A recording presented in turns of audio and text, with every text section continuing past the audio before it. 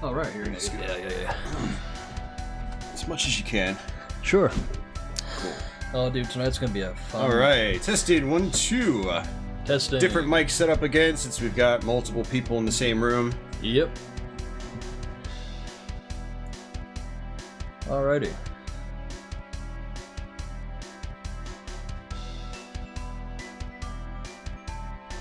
What's up? God, this music is so damn good, man. This music's awesome. Man, I had this. I was testing the audio earlier tonight or this morning, getting the stream setup ready. I put the first level on. I was just like, God damn, this music's amazing. I love it. Especially the silo music is great. Bunker music, surface, everything is great.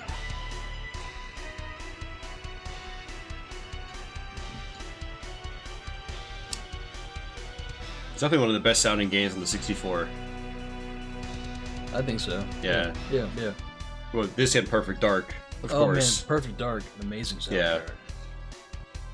Well, there's a lot of great games for N64 that had really good music. Gauntlet had great music. Gauntlet Legends. I actually beat Gauntlet Legends a couple months back. Okay, I think it sounds fine. Let me mute the mic for a second. Whee!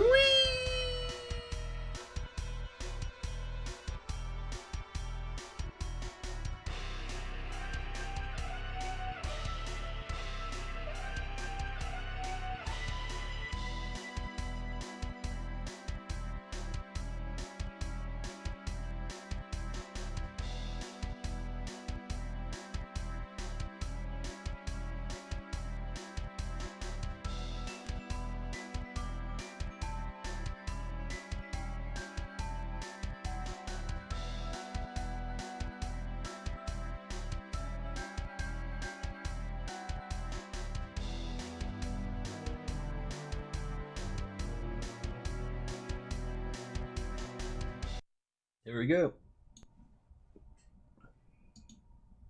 Alright, everyone, welcome back to another stream. And welcome Brandon, my brother, aka Michael Mackert, who's often in the chat. Often in the chat. What's up, people? How are you doing, Brandon? I'm doing great. Great. You looking forward to some Goldeneye? Looking always forward to Goldeneye. This was your idea, and this was a really good idea. In fact, I might even watch Goldeneye tonight when I get home. First off, what I'm going to do, and all this is in the description box below. Oh, nice. But I wanted to give you a heads up that Brandon here has his own music channel. Who's that guy? So if you're into heavy metal music, please go check him out. Thanks for coming out, Brandon, and streaming with me. We actually talked about this a long time ago, and we've actually done GoldenEye streams over on Twitch, like I think probably twice now over the last like 3.5 years.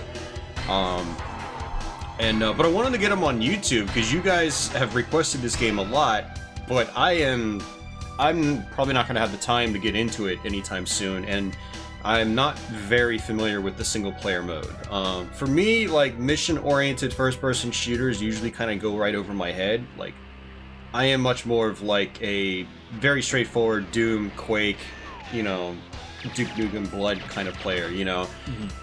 That's usually what appeals to me with first-person shooters. Halo is very straightforward as well. Once you start getting into missions and stuff like that, I just kind of, you know, you kind of lose my interest. But I mean, I did actually play the single player in this a little bit back in the day, but I would always put it on like the harder difficulties because I'm arrogant like that. You're super hardcore. Yeah. And, so I think that also turned me off too. Like I think if I put it on Agent and learned the game, it would have been a lot more fun. But I did play a crap ton of multiplayer, and Brandon knows this. Multiplayer is fun. we played a lot of multiplayer back in the day. We might even play a tiny bit before Brandon leaves. And we'll do slappers only.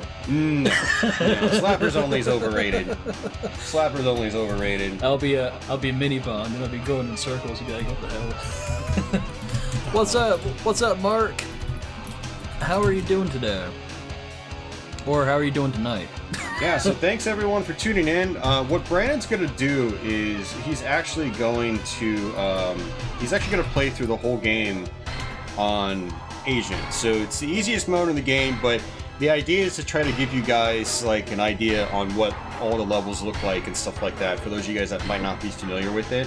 And then after that, depending on how much time we have, he says he can run through it really, really fast. So we can try some harder difficulties after that, and then we can mess around with other goals, objectives, multiplayer, or something like that. Well, I also have a 007 mode on here because I beat the game on all the. Actually, my guitar player in my band, back when I was living with him at our old apartment, him and I would always play Goldeneye, and we unlocked all the cheats, got 007 mode, and just the whole 9 yards, and we played a ton of multiplayer. And so yeah, some of these levels on 00 were just straight up insane, and some of these cheats to get on 00 were even more insane. Yeah. Straight up just insane. I mean, like, you can get hit once, you can die once, you mess up once, dude, you're done. You know, you gotta, because every time, because in these time-based levels, when you're strafing on the C-pad, you gotta make every movement count. You just can't be like, even if you get shot, if you get shot once, well, that exact millisecond is gonna put you behind, and then you gotta restart again. Can I actually ask a favor of you? Yeah, what's up? I need my monster drink. It's still in the mini fridge. Can you grab it for me? Yeah, sure. Brandon and I are like sandwiched in, like my game room recording setup is not meant to have two people at the desk. It's he's the closest one to the fridge. It's on the top. I put it at the top, on the door. So let's go through the chat here. Let's see who we got here. Stefan says, ever play the Serious Sam games, Austin? Should be your cup of tea. Yeah, no, I like the Serious Sam games a lot. Yeah, I played the first two specifically. Episode 1 and 2, I mean. I played a little bit of actual Serious Sam 2. I haven't played Serious Sam 3. And I have played the exclusive GameCube and PS2 one, which is actually pretty solid. I want to pick that up again. But yeah, I like Serious Sam quite a bit. It's really tough though. But I've actually had the urge to play Serious Sam again, so we might. I don't know if we're gonna be able to do it on YouTube anytime soon, but I'll probably fire it up on Twitch. So John Donnelly, Boo Radley, Simon Harris, Desan, Solid Nate, Kaboom Gamer, Iguana, welcome back. One of his favorite N64 games, Jonathan. How about the movie? Pretty good installment back in '95. Yeah, I like Goldeneye the movie. I love Goldeneye the movie. That's Goldeneye was the first one that I saw back in the day too. And then after that, I just got obsessed with the whole series and started watching all the. Was it just me, or did like the Brosnan Bond movies kind of go downhill after Goldeneye? I don't really remember the other two that well. Well, Tomorrow Never Dies rocked. Oh, it did. Okay. Yeah, but I thought the World Is Not Enough. I thought that was kind of weak. And Die Another Day, I thought was just like. God, there was a fourth one. You can tell how in tune I am with the Bond movies. Well, Pierce Brosnan is like he jumps like this huge wave on like a surfboard or whatever. And he like goes like 30 miles in the air and lands on like. Yeah. It's just like, it's like okay, whatever. You can easily tell it's been green screen, but I really like Tomorrow Never Dies a lot. That's a really good concept movie. Okay. So Mark Havener, Michael, Isaiah, Chasing Perspective. Do this game age well? I have no idea if this game aged well. It's a game.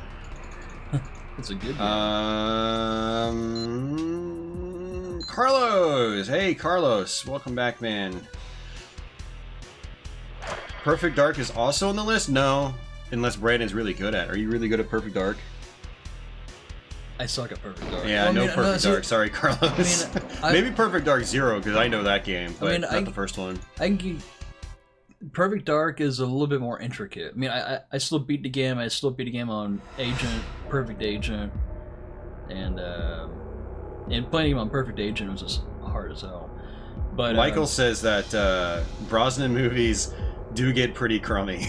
I remember the special effects for one of the movies looked really, really fake, I'm guessing. Yeah. So he's talking about Die Another Day. I think it was the surfing. I think it was the surfing. I don't like that one either. But Indie Mister and Classic Nintendo Player. Thanks everybody for hanging out. Let's go ahead and do the old Patreon thanks and all that good stuff first. So as usual, thank you guys that are supporting my channel on Patreon. If anyone's interested in doing so, links are in the description box as always. Remember, I have an exclusive Discord server for Patreon backers now. So if you're a Patreon backer, look into that. And if you're not, but considering backing, you will get that access if you back the channel on Patreon. Also, thanks to the recent live stream super chatters and the channel members. There's that big join button on the channel if you want to support the channel on a monthly basis.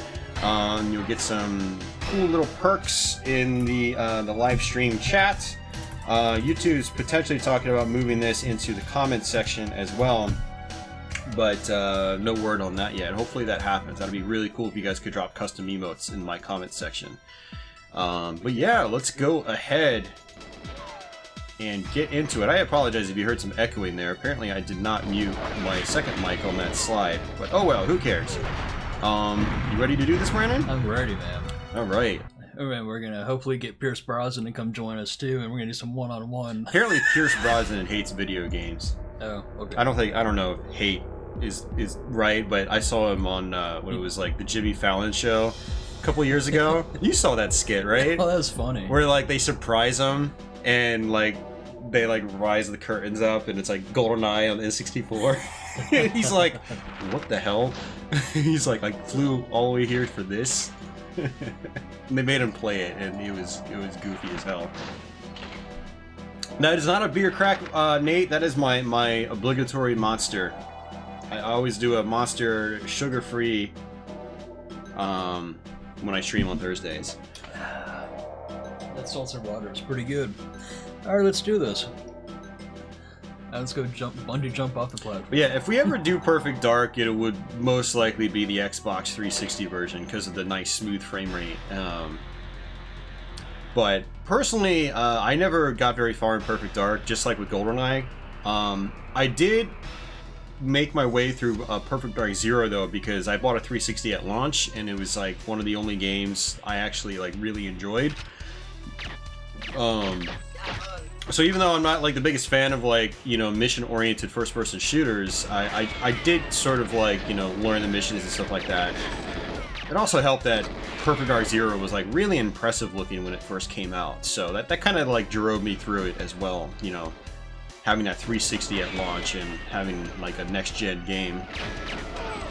Back when next-gen almost sort of still kind of meant something, unlike this past generation.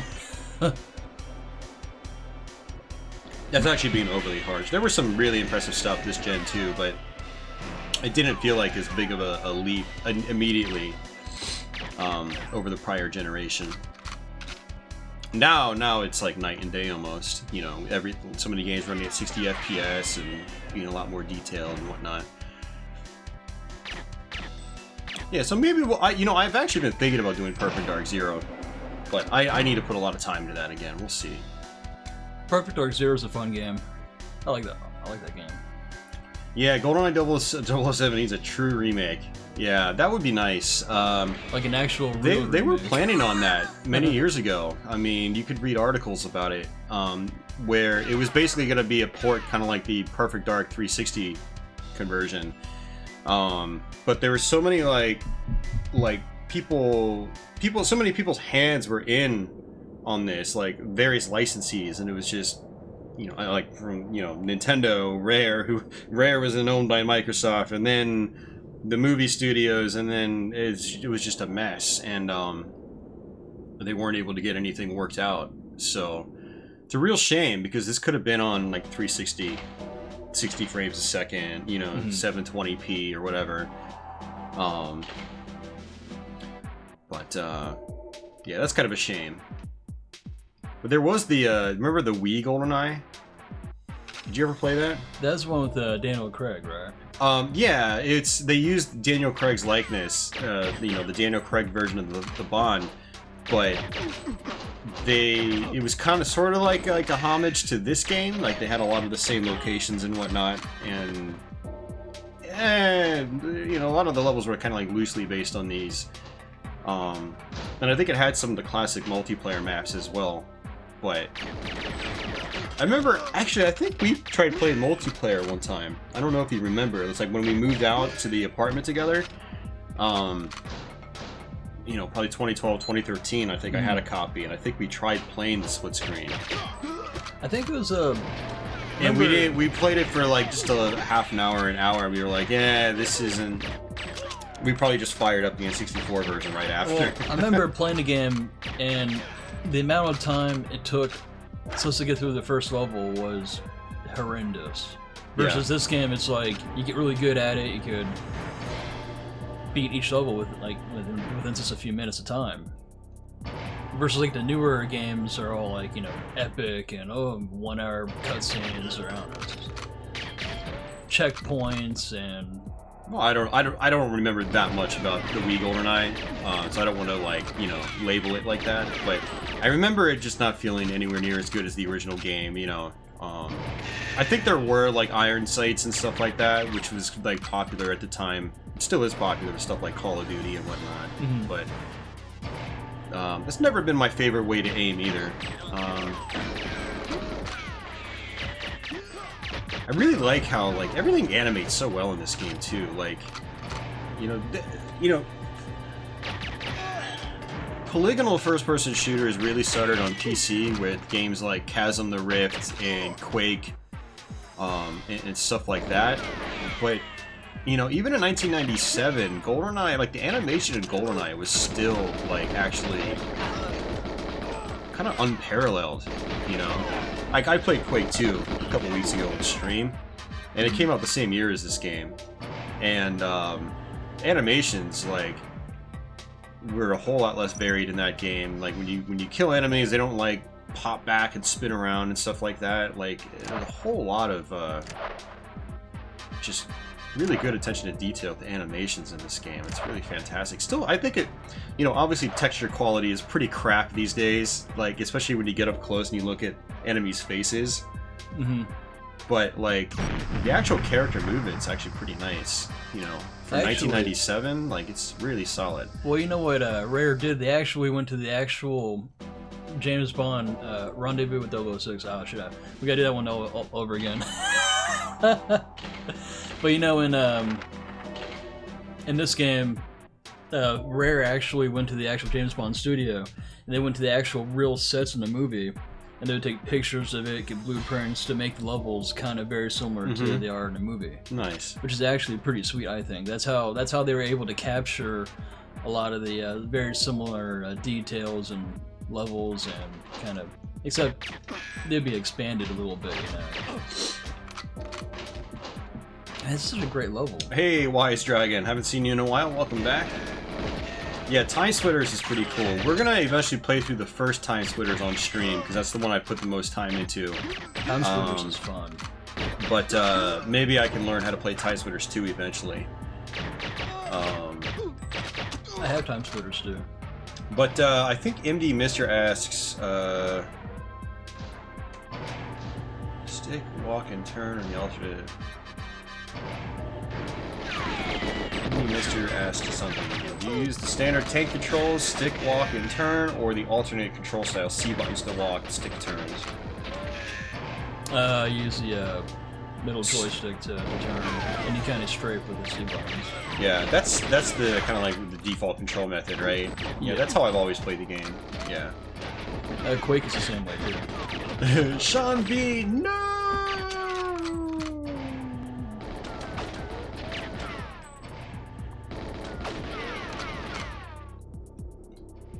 Hey, Algo, welcome back.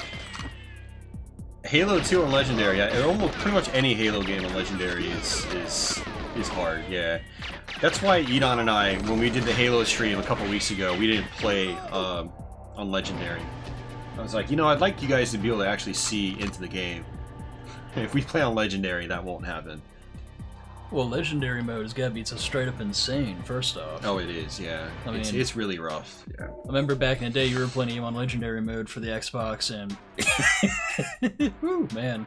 I probably yelled a lot. Oh, there goes one controller. Hey, so explain like the differences between like the difficulty levels. It's mainly just like enemy counts, I'm guessing, missions. You have a lot of different objectives you have to do. Like you have more objectives on the higher missions or higher difficulty levels, right? Mm-hmm. But overall, it's just a lot more challenging. And can you, even on Agent, do you still have to complete every single objective to pass the level? Yeah. Well, there's added... Or are there certain ones that you could skip, but certain ones you have to get? Well, for example, for this, for the level facility we just played on, there's only 4 objectives. Mm-hmm. But now, if we were to play the game on Secret Agent, we would have to get the actual door decoder. Plus, we had to meet up with Dr. Doak. Okay. And then now, if you played a game on 00 Agent, it would be they would add in like something else, like you had to get like a security code. Yeah. Or something else Okay. Or whatever. But for example, that's awesome for replay value, though, man. That's great. But the enemy accuracy is The enemies are a lot more Yeah. like it's more dangerous. damage Yeah. and everything. Okay. So.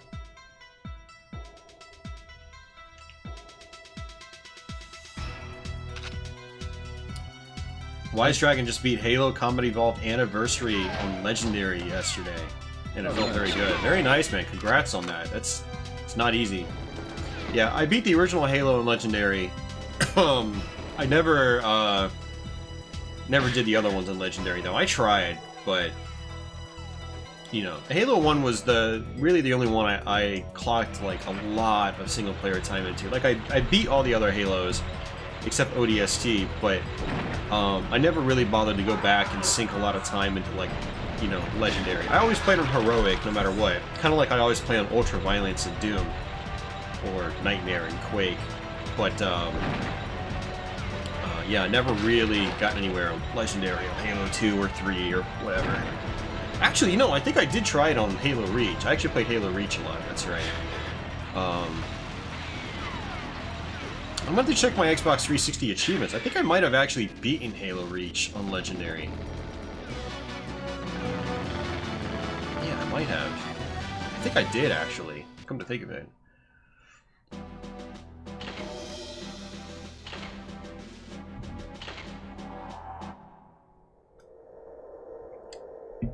Did you beat the level already? Yeah.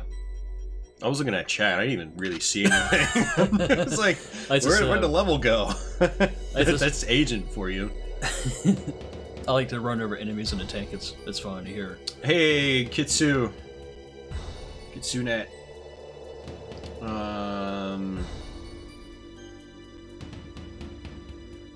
Joseph, welcome back. Delta ZX. Did anyone play Goldeneye multiplayer so much that their joystick on the N64 controller wore out? No. I don't think our joysticks ever wore out. But the thing with Goldeneye is that, like, it's not the kind of game where, like, you're wiggling the stick back and forth, like, 1,000 times a second, like in Mario Party, you know? I think as long as you treat the controllers well, they shouldn't get too worn out. Now, if you're, like, mashing the stick back and forth like crazy. They were playing like Super Smash Brothers. Oh god, yeah, Super Smash Brothers. Yeah, because they wanted you to use the analog stick in that game. You're constantly doing fast motions in that, yeah.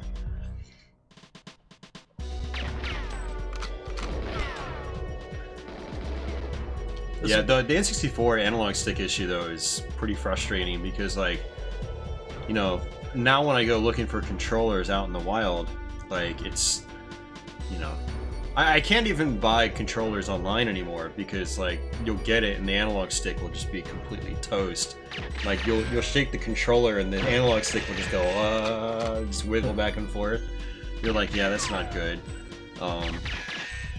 And then when I try to test controllers at the stores I go to, like Starland, like, I'll like, when no one's looking, I'll like poke a hole through the plastic so I can use the stick to see how firm it is. Like, I'm not buying this without knowing how, like, these sticks are, because I mean, an N64 controller with like a really loose, bad analog stick is pretty much useless to me.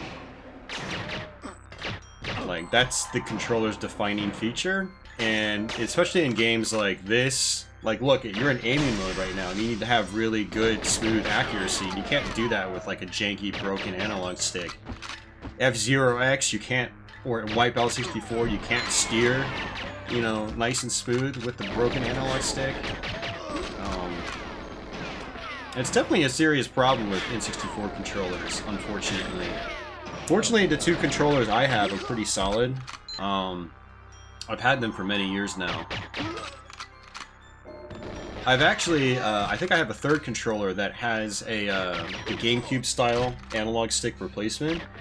But I noticed, like, the threshold on it is, like from when it's like you're being really like slow and you're finessing it to like, oh, we're like 100% to the right, like it's much more narrow than it is on a traditional N64 analog stick. And so I don't think it's a good replacement. Like, it feels good, but it's much more difficult to have that, you know, that more fine-tuned aiming capability.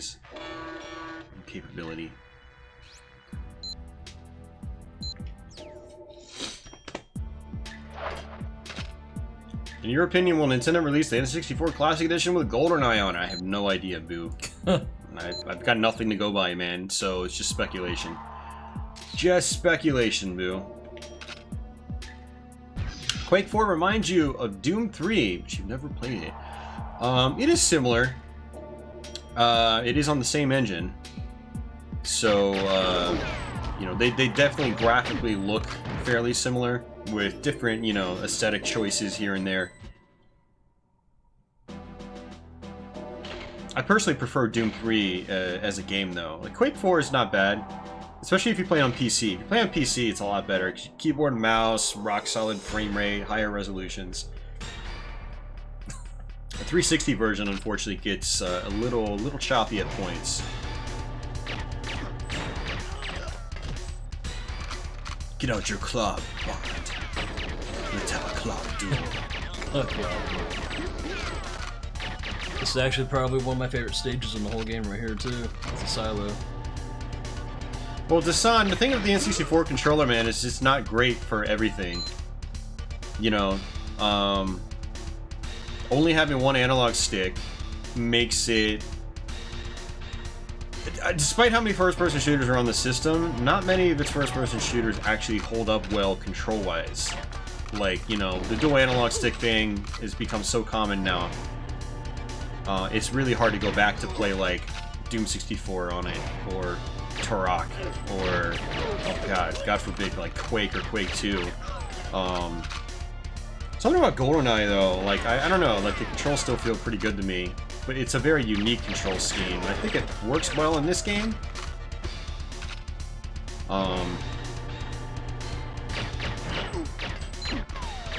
But then, like, I guess, like,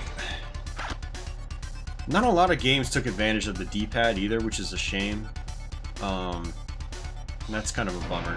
And the face buttons, you know, I think the face buttons are fine for, like, your 3D games. But, you know, when you're trying to play traditional, like, I don't know, fighting games with it, it's like, it's a little weird.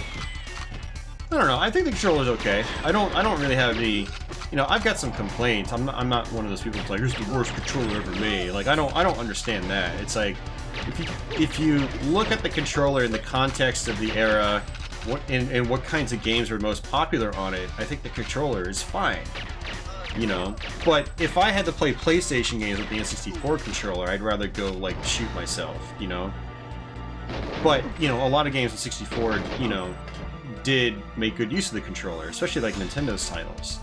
You know, I can't imagine playing Star Fox 64, or Mario Kart 64, or Ocarina of Time, or Mario 64. It's a huge one, like, without this controller, you know? But I could totally do without playing Quake with this controller, that's for sure.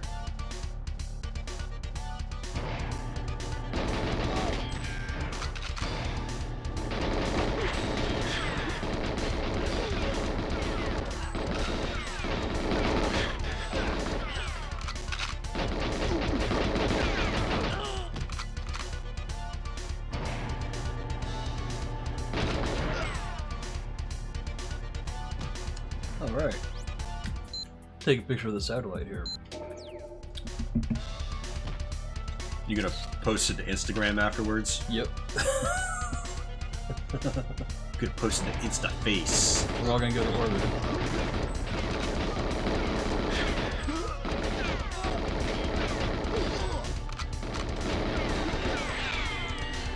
Alright, well, if you guys really want my predictions, if there's an N64 Classic, I think it's going to be filled mostly with Nintendo titles.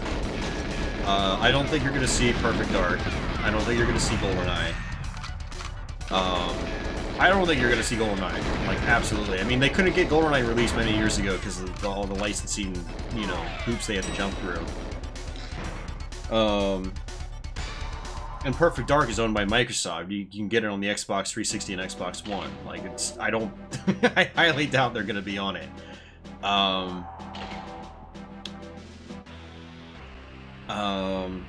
Yeah, I mean, Nintendo 64 is very well known for the Nintendo published titles. You know, your Marios, your Zeldas, your Star Fox, your Smash Brothers, Pokemon stuff, Donkey Kong 64. I mean, there's more than enough there to fill up an N64 Classic. And hey, Nintendo wouldn't have to pay anybody, because hey, no third-party games. We just got all our top-tier AAA titles on here. And we'll sell 5 million units of it, most likely, and they'll make bank on it. So, that's just an idea in my head. I mean, maybe there will be some third-party titles for all we know. Maybe they'll, you know, talk Konami into like Castlevania, although no one would like that. Everyone would like complain about the unit if it had those on it. Yeah, I mean, you know, the N64 was kind of the start of like the first-party titles being the absolute biggest draw on Nintendo platforms. You know, once you know they went cart only, and everyone started to, you know, buy up PlayStations. That's when Nintendo platforms started to become all about the Nintendo games. Yeah, it's a great third-party games in 64, but I mean the most memorable ones, I think it's pretty unanimously seen as, you know, the Nintendo titles. Same with the GameCube, same with the Wii. Definitely the same for Wii U. Yeah, it's actually kind of interesting to think about. That whole thing kind of started with the 64. We were talking about it on Twitch this morning. It's like, imagine how much different like that era would have turned out if like they went with the CD-based console instead of carts. That's a very good point. Because carts were a lot more expensive, and Nintendo charged publishers a fee for each cart that was manufactured, and it was not cheap. And it was one of the big reasons why N64 games were always like $70, $80, especially in the beginning. Mm-hmm. That's my phone. Oh. That's the Discord. That's the Discord, people. So, back on Patreon, get Discord. I got notifications on my phone, so I get them right away. Yeah, we were talking about that earlier. It's like, man, you know, how much different things might have been had they gone with a CD-based console. Yeah, the carts were actually a lot more expensive to manufacture, especially in the N64 era, where like the memory sizes were much higher. But then Nintendo also added basically like a tax. Not a tax, maybe tax is the wrong word, but they basically charged for every cartridge that you produced. It was like, I don't know if it was $5 or $10 or something like that. It was a lot. And so when publishers would look at, you know, what platforms do you want to make games for? And they look at N64, and then they look at PlayStation, which had a much larger user base. Mm-hmm. Greater profitability, you know, lower price for consumers, and the potential to sell a lot more. It's like, we're not even going to release anything on N64. It made sense, right? I really like the N64 hardware, though. Like, you know, going back and seeing the polygonal games on it, it's, you know, you could definitely tell it's a step up from, like, the competition, you know, when it comes to, like, you know, how well it can push large like landscapes and stuff like that, large 3D scenes. It's great.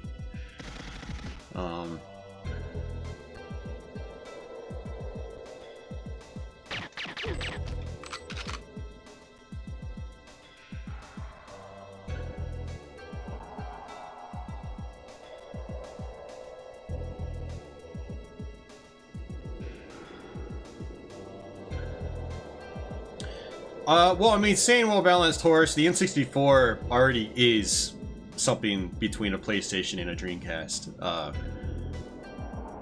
True. Yeah, I mean, it absolutely is. I mean, especially you look at some Dreamcast games, and you're like, that looks like an N64 game, except it's more crisp and, you know, maybe runs at a slightly better frame rate. Some Dreamcast games got much better than that, but there was absolutely like you had PlayStation, and N64 was kind of like, you know, like in the middle, and then you had the Dreamcast. Like that was like the natural evolution of things. Like, and if you put them all side by side, you could tell which one is the more current, more advanced system.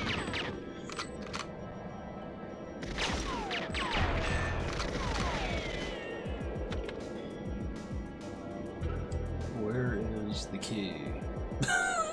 Yeah, so we're not even talking about the game. I'm just like here, like reminiscing and talking about stuff, which is fine, you know. Normally, when Brandon's playing, by the way, I'm not playing at all. So that gives me. Normally, I'm focused on the game, so it's harder for me to just like ramble about stuff. But since I'm not talking and playing right now. See, right now it's like I'm more like focused on the game, so it's like, you know, trying to talk is like, oh man. What should I say? So now it's watch and talk. It's not gameplay and talk. It's watch and talk. Watch and talk. When am I gonna play through Bloodborne? I have no idea, man. I haven't even fired it up yet.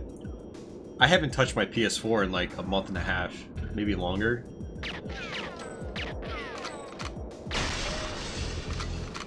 I'm just too busy, guys.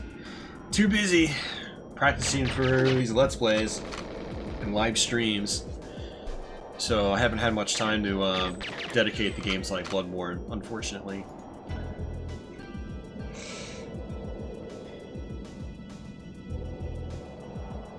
You're watching one of my videos where I was playing Quake like 8 years ago.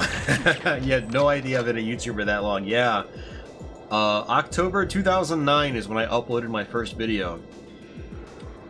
So it's been a long time. Yeah. Hey, Judson. Scary Scarecrow says Xbox One X versus PS4 Pro. Yeah, no. Let's not get into that here. Will I be playing Half-Life or Half-Life 2? No clue. Because I've never beaten either of those games, so... eventually I'd like to beat those games, but... And when that happens, I'll definitely do a stream. Because first-person shooters are kind of my thing here, in a way. So, like, I'd feel obligated to stream them on YouTube if I did that, so...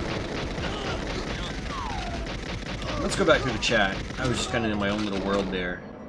Oh, classic Nintendo players out. Take care. They're probably gone already. Guns! Hey, and Kenny.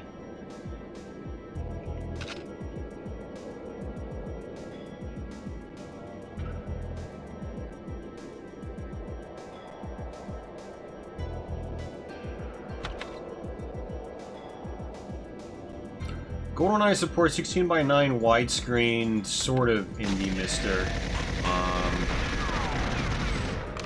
You can actually put it in the widescreen mode. All it does is letterbox the game. Doesn't make it full screen. So we actually set it to 16:9 just to see what it would look like, and it was you know, it stretched out the screen obviously, so it was 16:9, but then it put, you know, black borders on the top and the bottom of the screen. So we basically decided to go with the standard 4:3 view, so you guys would get more screen space. You'd be able to see more.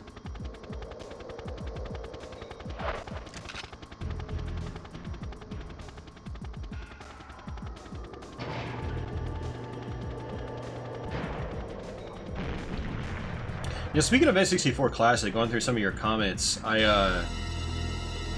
am kind of curious how it'll turn out if they do make one.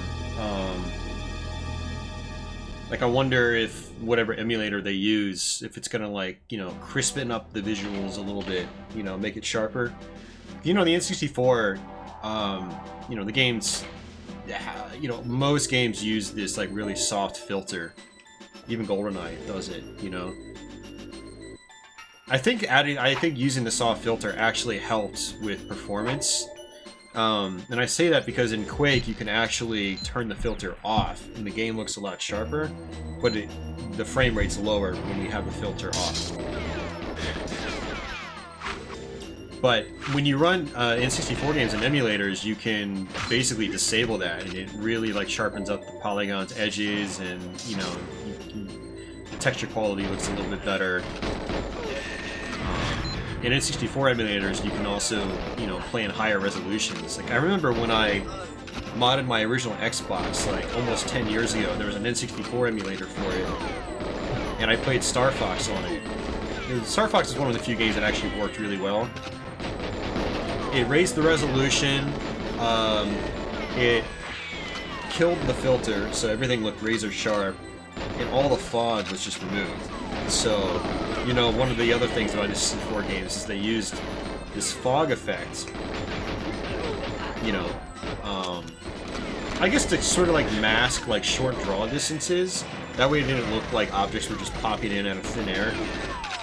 But, you know, you can, you know, with emulators you can remove the fog completely, and the games just look so much different. In a way, like, they look so much better.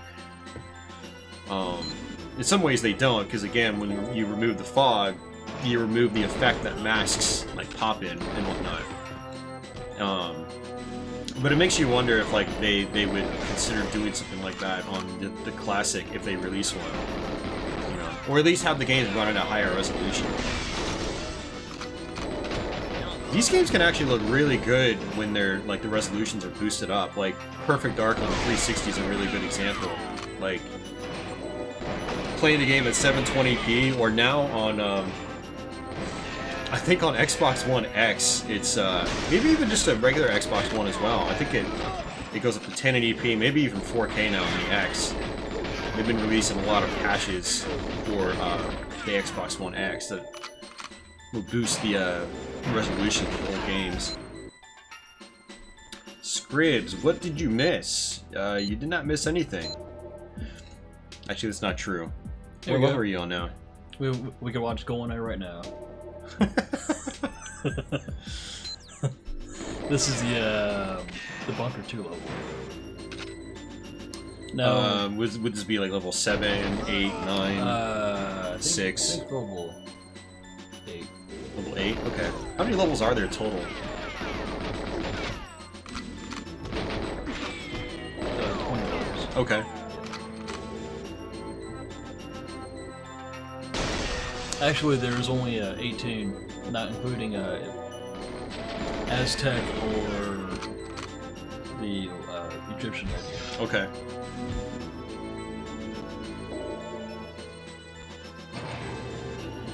Alright, now we could escape. The deblur option on the Ultra HDMI just ignores every other pixel and duplicates the previous one instead, so it removes the final blur. It looks much better. Very nice. Yeah, I was looking at the Ultra HDMI solution last week. I was like so close to pulling the trigger on it, but I was like, you know, dude, you need to save your money right now. It's not that important. I don't play the N64 that often, but I do want it to look the best. Like, it's one of the few systems I have where I can't do, like, RGB. Like, we're running S-Video right now, which is fine, but I would like it to look even better than it does, you know? And so instead of trying to get it, like, RGB modded, I think it's just best to get the Ultra HDMI. Because with the Ultra HDMI, I can bypass my scaler completely.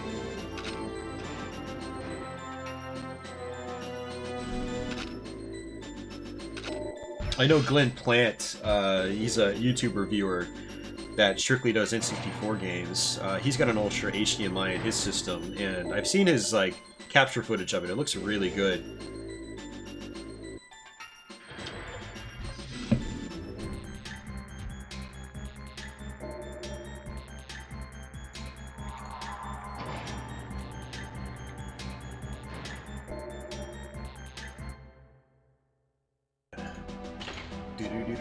So wow, we're you're halfway through almost. Yeah, so we're on level 2. Yeah, again, we are playing on Agent, so Brandon's just kind of like ripping right through the game. So I gotta refresh my memory on this real quick. It's fine. We're not in a rush, dude. I just don't want you to stay past like your allotted time or whatever. That's cool. You work in the morning, right? 8:30. It's fine. Yeah. I usually don't go to bed until like 1 o'clock in the morning anyway.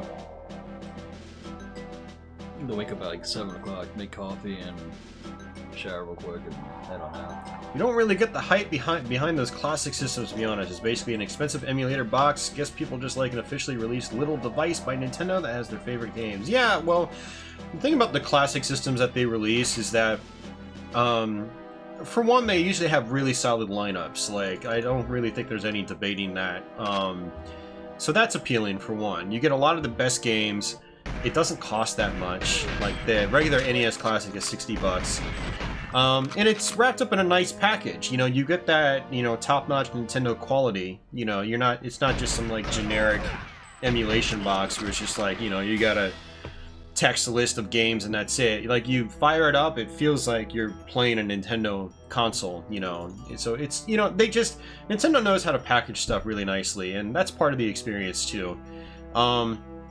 And those consoles, they're really not for a lot of us, so much as they are for like the casual player that, you know, maybe had an NES or Super Nintendo back in the day. They sold it and they haven't played it since. It's just a quick way to experience the library and enjoy the games again, while still getting that classic feel. Because the controllers are spot on, you know, for the NES and SNES classics.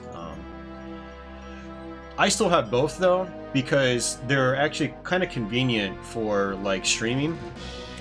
Like last week, I was a friend of mine on Twitch was doing some online races with me. We basically like synced up the streams. He was streaming on his end, I was streaming on my end. We synced them up into my own stream so you can see both of our gameplay captures. And I was using my SNES Classic for it. It was like easier just to use that instead of just busting out like my big bulky Super Nintendo.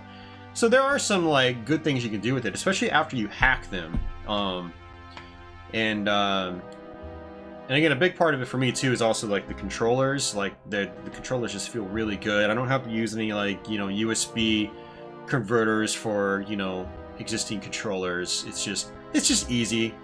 But ultimately, the classic systems are for, you know, the people that aren't collecting games like we are. They aren't capturing games like we are. They aren't using original hardware like we are. It's easy, you know, they get that nostalgia kick. They're high quality, you know, the emulation's great, the controllers are great, the consoles seem to be relatively well built, so. But yeah.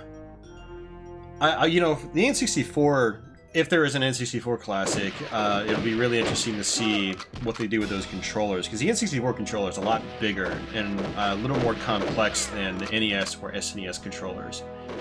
I could almost imagine the console being like $100, you know, as opposed to the SNES Classic because of that. Although, will it actually sell well if it's $100? Like, what's the sweet spot? I thought $60 was the sweet spot, but they got away with charging $80 for the Super Nintendo one. But at least with the SNES one, you got 2 controllers, whereas the NES one, I think you only got 1.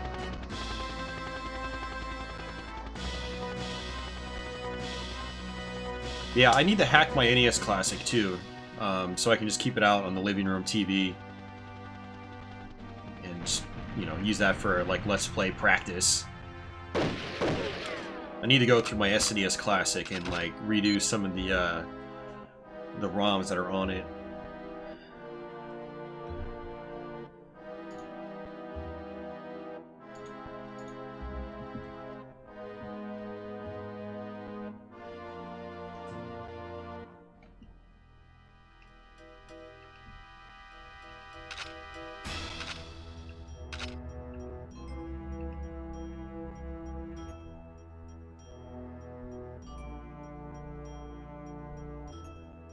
Yeah, the problem with FPGA N64 is I don't know if it's actually entirely possible at the moment.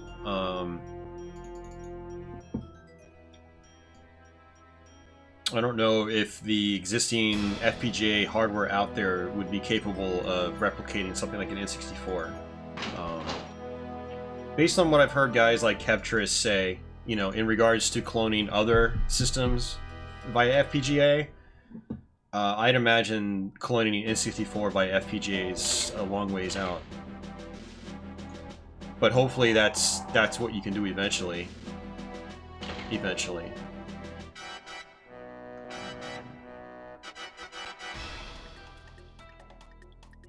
But, yeah, I mean, I love FPGA clones as well. I've got a retro USB AVS, and I thought about eventually, like, pulling the trigger on a Super NT. N64 FPGA is definitely possible. I'll just have to take your word for it, man. I don't know, man. Based on some of the stuff I've seen from guys that made some of these FPGA clones.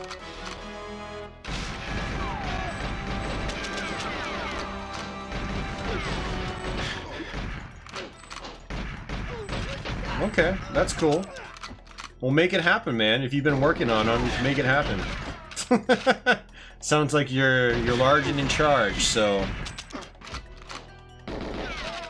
if there's an N64 core, you're gonna be the one to do it.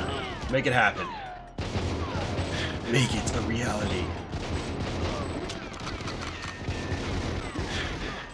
I forgot how this game actually makes you work a little bit. Some of these almost have like a lot of enemies here. Yeah, and you're playing on the easiest mode too. Yeah. I think all the enemies have an infinite respawning rate too, so it's not like you can kill. So they constantly come back. Yeah. Kind of like in Time Splitters in a way.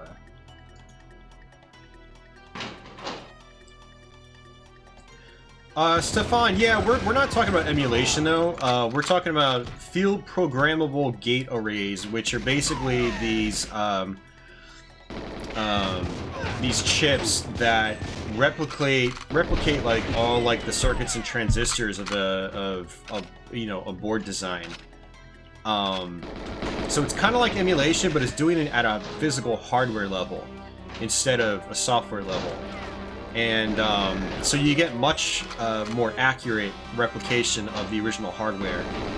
And so there are a couple of FPGA systems out already that mimic like the NES and Super Nintendo pretty much perfectly.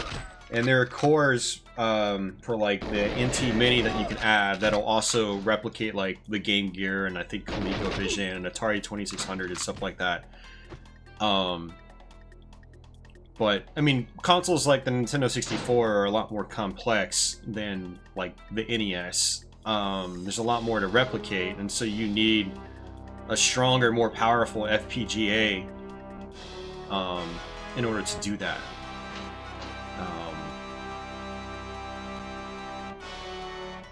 But they're great. Like whenever I do like NES Let's Plays or live streams, I always use my AVS because it's basically about as true to an original NES as you'll get, but it's HDMI, 720p, it's razor sharp, and it just the capture footage looks awesome. You know, it's basically like emulator quality capture footage, but from real hardware instead of you know, software emulation. So you get perks like all the original, you know, graphical and audio, you know, quirks and glitches here and there, as well as you know, no lag. That's a huge part of it for me too. So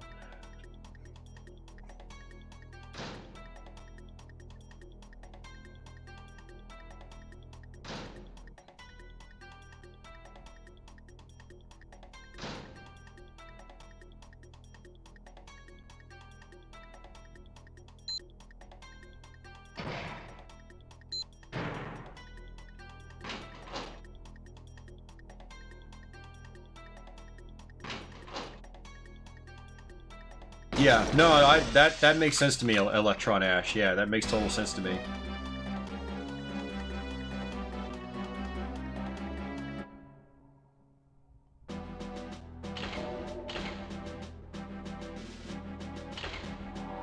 You're so silent, Brandon. You're not talking.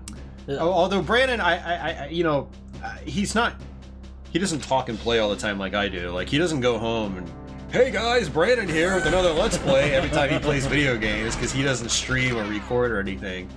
So the talking and playing can take a little while to get used to. So, so how's it going, Brandon? It's going great, man. I'm just thinking about Goldeneye, thinking about You didn't do any practice sessions on this, did you? No, it's just No, so you're just going in completely blind, basically. Yeah. So that's fine. Like, a lot of this is gonna have to come back to him. well, I've beaten the game so many times where if I'm on the level, I'll pretty much already know like where I'm at. Stefan, yeah, there is, it's called the Ultra HDMI. It's like, God, what's the price on it? $150-ish, but then, like, you need to be able to install it, which is hard, and so, if you're like me, you'd have to pay someone to install it, so, you know, it'd be $200 to $300 for someone like me to get it installed. But I'd like to eventually do that, yeah. It's not high on my priority list, but it's definitely something I want to do. I already have an EverDrive, Super EverDrive version 3. So, you know, I've got that end covered. And so for me next, it's all about, you know, getting the better picture quality. And for the live streams and videos I do here. I don't really need it if I'm just going to play it locally, because I can hook this up to my old CRT and it still looks fine. But for on HD displays, like, I definitely want the Ultra HDMI.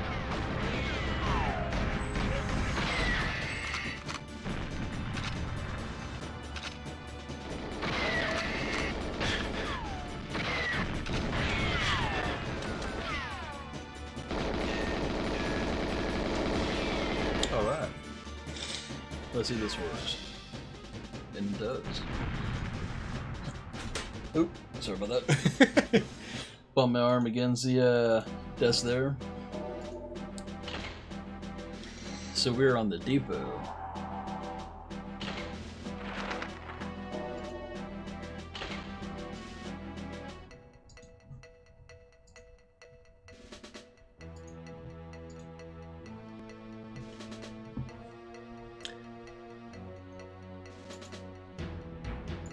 I got a weird comment on YouTube earlier, but I can't seem to find it.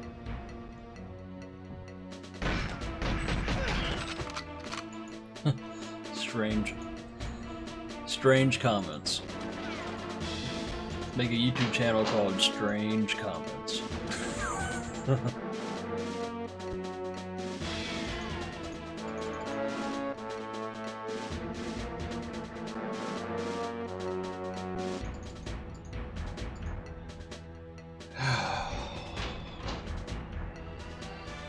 Scott's trying to convince me into taking his Doctor Who pinball machine again. But I can't do that without getting rid of the kitchen table. Actually, you know what I could do? Is I could put the kitchen table on top of the fridge again. I hate doing that. You put the kitchen table on top of the fridge? The mini fridge. Oh. Not the real fridge. That would look pretty goofy. But I'll say, does it even fit on there?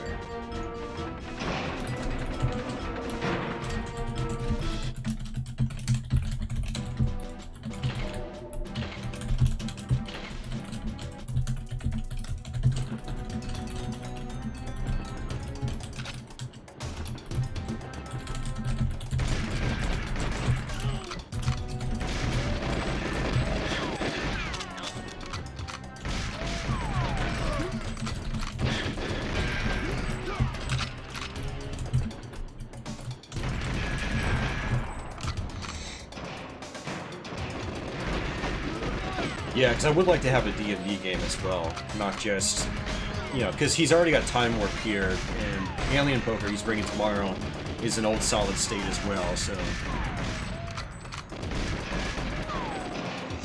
It's a good thing I checked my email. I didn't see that earlier.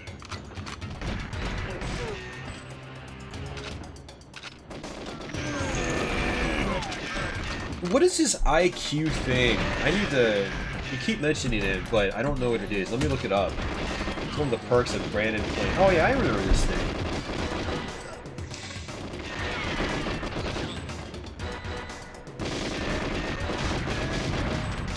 Yeah, I remember this. I've never seen this. The IQ Player is a video game console that was manufactured by IQ, a joint venture between Nintendo and Chinese-American scientist Wei Yan. The system's Chinese name is literally Divine Gaming Machine.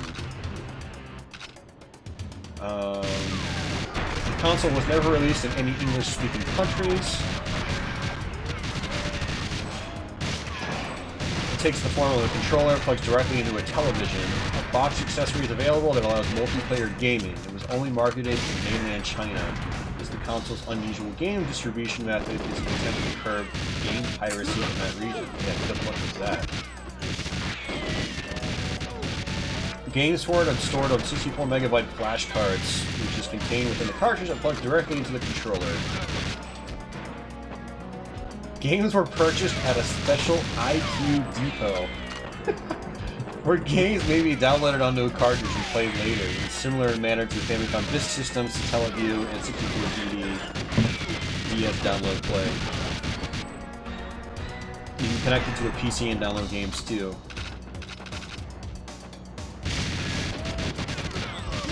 And this came out, oh geez, yeah, this is old, man. 2003. Wow, okay.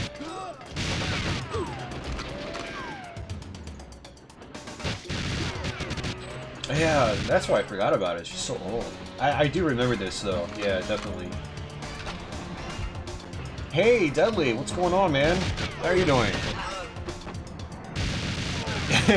Classic Nintendo player says, Brandon got them skills. And you got the best weapon in the game. Oh, of course. I actually can't wait to play multiplayer. Oh, that's we can play with power weapons. Oh, yes. Yes, we will. Door's locked. I need a key. I feel cheated. That's right. Ah, here we go. This one. I forgot about the key. There we go. Alright.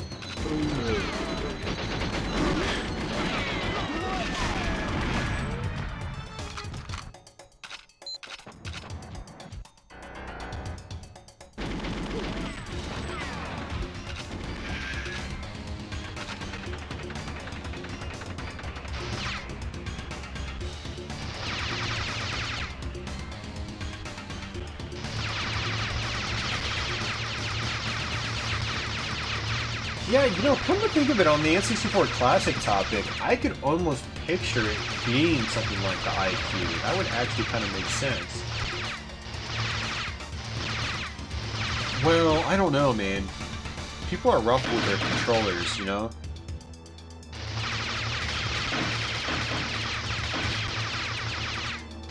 I've had my controller for about probably 5 or 6 years now. Actually, Yeah. probably even longer than that. I'm usually pretty careful with all my controllers. Then again, I'm just, in general, more careful than a lot of people are, you know. Well, I mean, a used price selling on eBay is different from, like, a brand new manufacturer price in 2018, you know?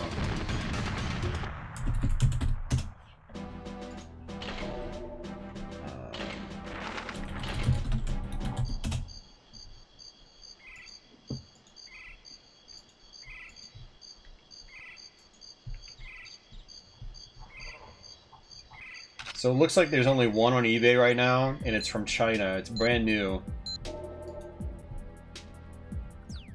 And it's $175 after shipping. Wow. That's a collector's item, man. That is something that you just...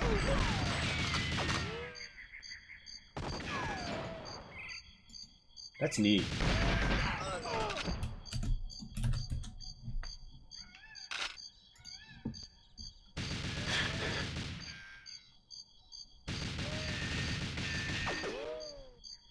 Yeah, we were talking about N64 controllers on earlier, and like I won't buy an N64 controller on eBay. I just don't trust them. Just don't trust them. Let's see what completed listings are. That's pretty neat. Hey, Mark. Still out there, man, I see. What's up, Mark? Yeah, so many things were really cheap, especially 15 years ago, man. That was one of the best times to be an eBay shopper. But you know, retro has caught on big time. Like, stuff like this that no one would have cared about 15 years ago is now interesting to a lot of people. You know, the retro collector scene has just boomed big time. Like, it was a very rare, uncommon thing for someone to be into like retro collecting in 2003. Now it's almost like I don't want to say it's like a pop culture thing, but it's a lot more popular than it used to be. A lot more popular than it used to be. Yeah, so it looks like there was one on auction that ended up actually selling via auction for about $150 after shipping. And another one that was about the same. So $130 to $150 for a new in-box one is what looks like you're gonna have to pay, even if it's on like auction, not buy it now. So.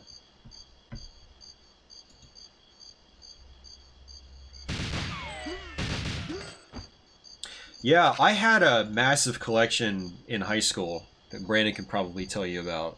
Oh, for the gaming console hardware. Oh yeah. Oh man. You had like so many Super Nintendo games, NES games. Actually, quite a bit of everything. Not even just that; it's just like all the hardware. All right, let's see if this trick works. There's a trick. There's a trick.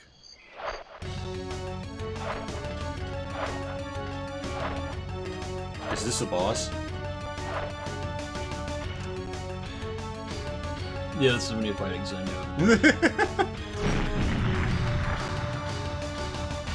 Really? Oh, it didn't work? I saw what you were trying to do, though.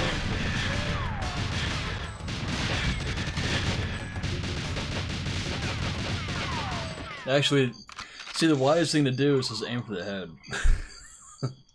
But unfortunately, I wanted to be all complicated. I don't think I have some of my old collection photos on here, but I'm going to go look for them and see if I have anything. I think a lot of it is actually on my backup hard drives, unfortunately, so... I need to start keeping some of this stuff in my YouTube folder so I can refer back to it on streams and like YouTube videos and whatnot.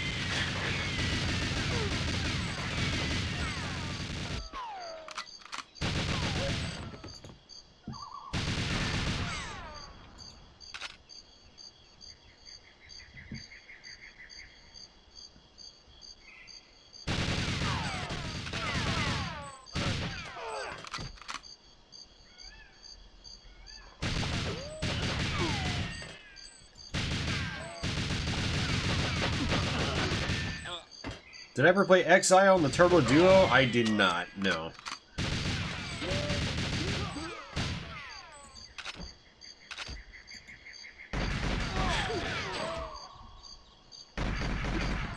Electron Ash had a lot of those old computers. Nice. Yeah, I never got into computer collecting. I do have a Commodore 64. I do have an Atari ST 520 FM.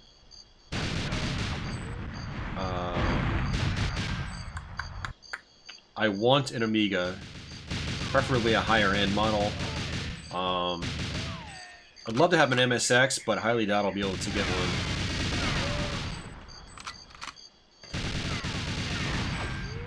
But anything outside that, I haven't really had much interest in. But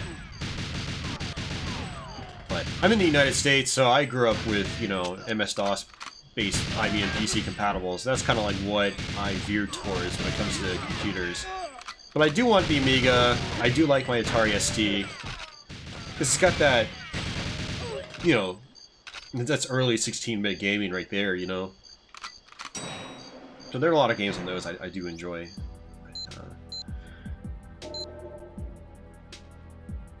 Escort and Talia to base. Did she die or something? Looks like you got to do that all over again.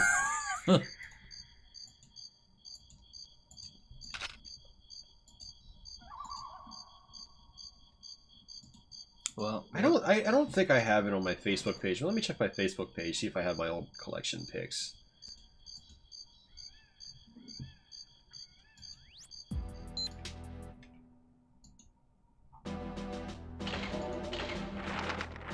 all right, back to the beginning we go. Did I ever play Space Quest 1 or 2 on a Tandy? No.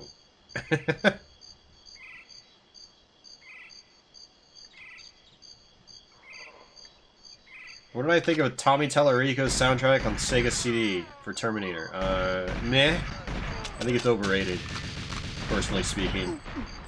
Did I ever play Sylphid on Sega CD? Absolutely. I actually own that game. Used to own that game. So yeah, I've played that a lot. I think I got to the final boss. I never beat the game. It's a tough game. Sylphid's not easy.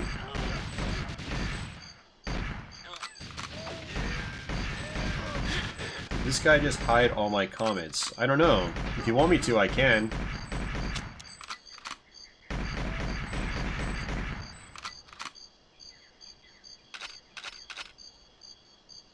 You want me to hide all your comments, Reagan? It's just, you know, 2 clicks away. See, there we go.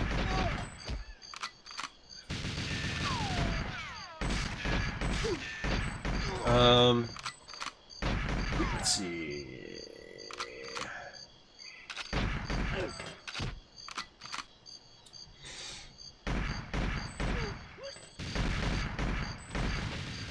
Brandon Michael Maggins, man of many words. Man of no Have I played Jet Force Gemini? I've only played it just a very small amount. Did you ever play much of Jet Force Gemini? No. Yeah. I tried playing it back in the day, couldn't get into it. Then I tried playing it more recently, couldn't get into it. Maybe I'll try to dedicate more time later on. I heard it's good, but I don't know.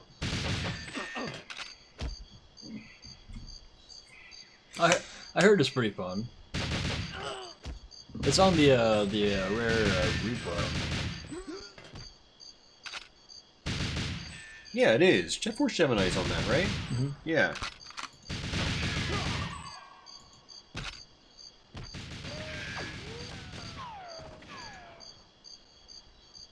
Alright, let's see what we got here.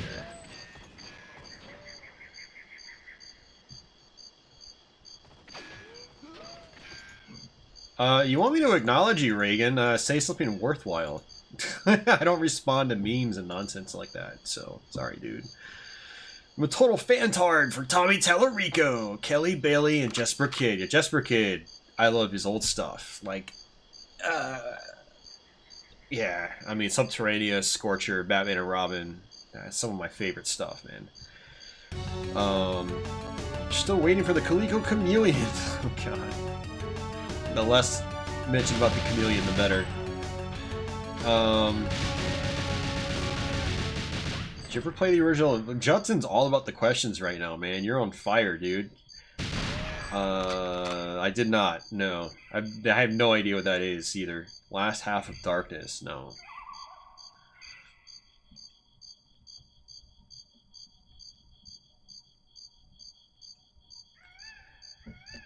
Kenny doesn't play many games nowadays. And I have like 10 games you bought that you haven't started. Yeah, welcome to the club, man.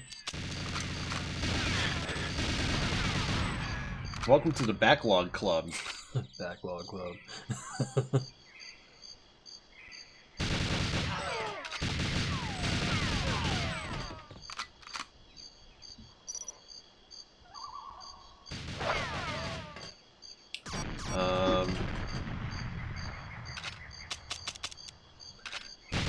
Alright.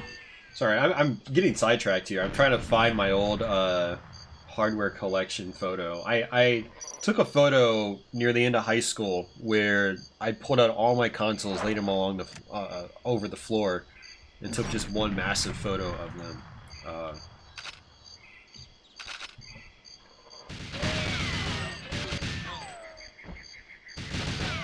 Well, remember you had a pretty big PlayStation game, like a pretty big PlayStation collection too.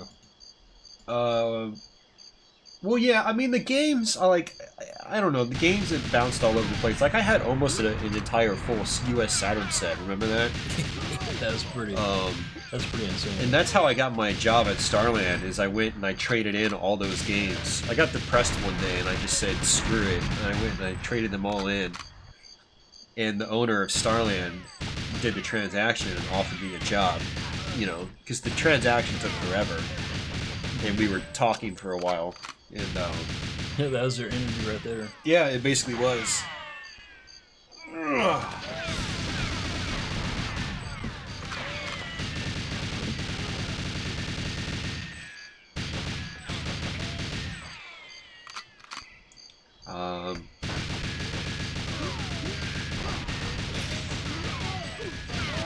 But yeah, I had big NES collections a couple times.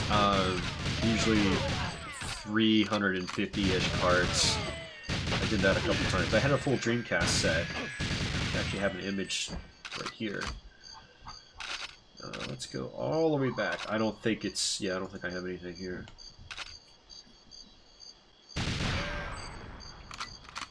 Yeah, I don't have the photos in my hard drive. I need to bust out my external hard drive, but I can't do that right now. Effects and a new sequel with parkour mechanics. Parkour mechanics. Parkour mechanics, that has to be in like every game nowadays, doesn't it?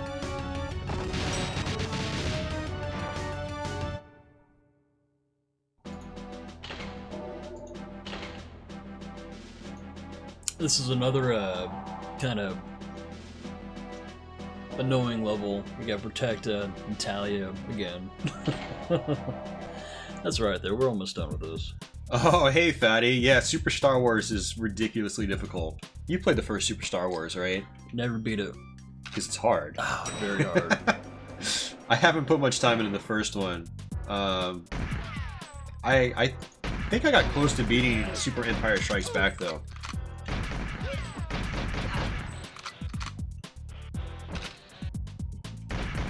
Actually, I beat Super Empire Strikes Back, and I beat Super Return of the Jedi, too. Both games are very, very awesome. Dasan says Super Empire Strikes Back is twice as bad. Really? Huh. Maybe I'll have a chance at Super Star Wars then. I never got very far in the first one. Escort mission, oh boy. I know. Escort missions are some of my least favorite missions.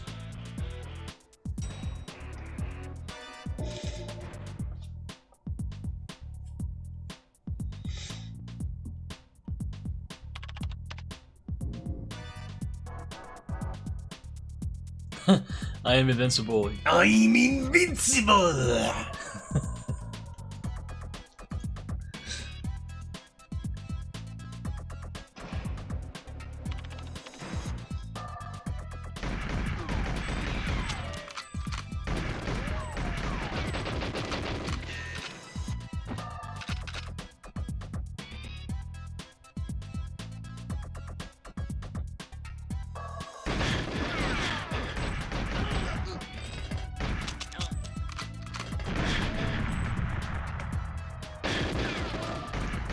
Escort missions and explosive metal boxes? What?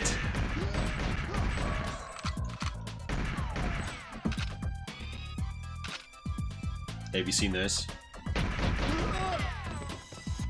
Oh, that's cool. The F-Zero GX arcade game? Or AX arcade game? What was that? Outer Banks? Or... Yeah, it was Flipper's Variety Arcade in Grandy, North Carolina. Oh, that's awesome. You can only play one race at a time, and then you have to put more money in, but it's awesome. The whole thing moves and shakes and rumbles.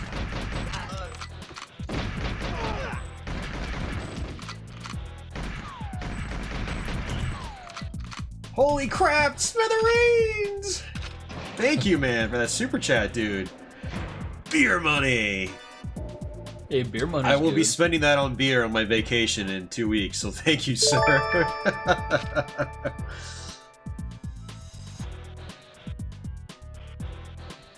Hey, Empty Shark. Welcome back, dude. Oh, no, man. You lost power, Mark? I was wondering where you were. I was like, man, Mark's kind of silent. Welcome back, Mark. Welcome back, Mark. Must have had like a rainstorm or something.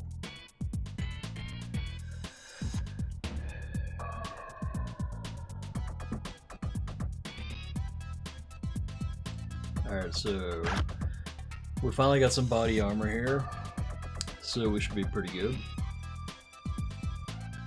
Golden peasant. How you got away with it? You got away with it because like computer networks probably weren't really monitored much back then. We would go play like Flash games in high school at all these shady sites and like watch internet video. Well, what little internet video there was back then. You know, 2000, 2001.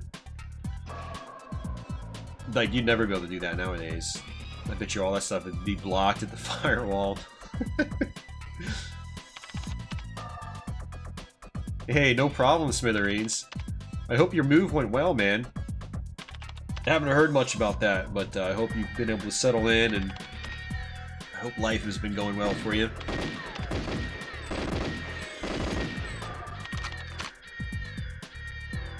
Yeah, the zipping sound when you pick up the body armor. Zzz.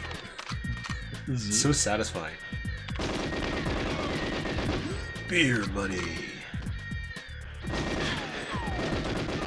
Damn, those alien bastards are gonna pay for taking all my beer money.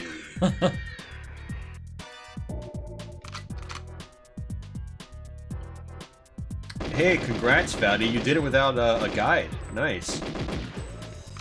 It is confusing. Yeah, I do recommend playing with a guide for the first time.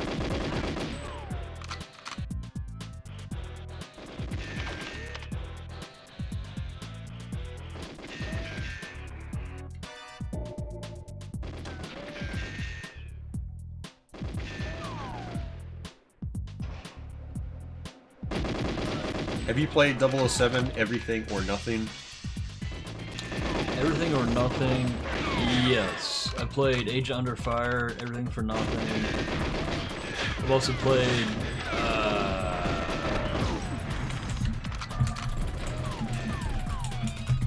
What system was Everything or Nothing on? From Russia with Love also. Everything or Nothing, well, that was the one that was on PS2.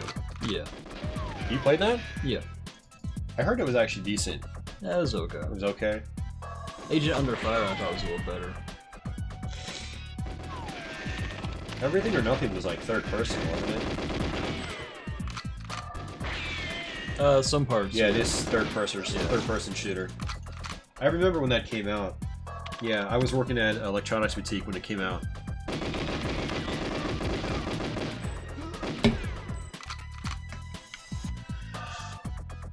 Classic Nintendo players out for real this time. Or is this another elaborate fake-out scheme?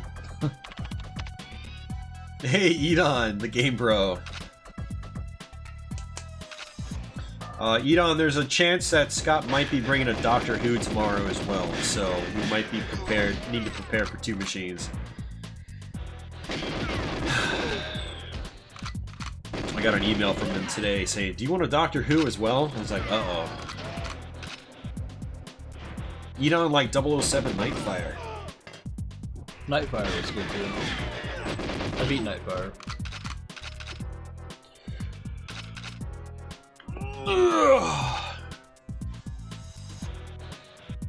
Ooh, man.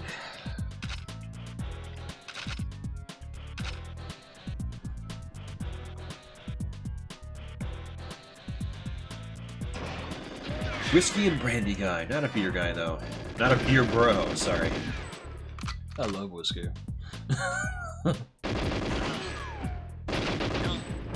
I was actually drinking Jack Daniels and Coca-Cola on the stream last week. guys were screaming out.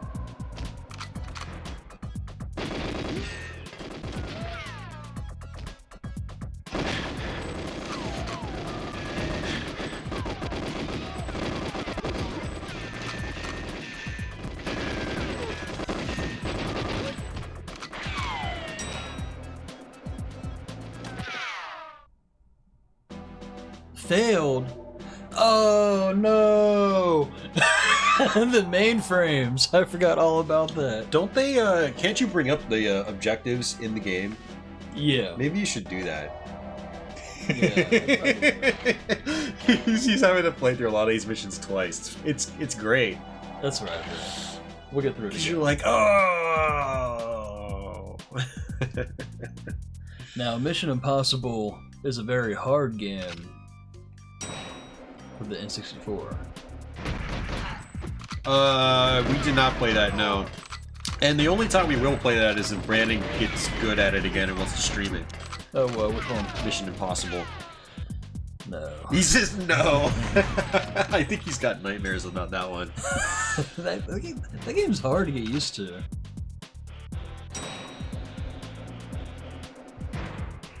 I prefer to watch a movie instead. I'll pretend I'm playing the game when I'm watching the movie.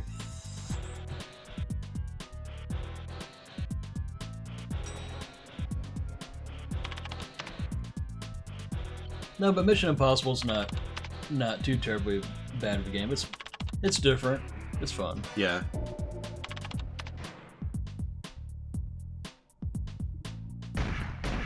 You gotta worry about more than just your liver. Alcohol affects a lot of things. Trust me, I know.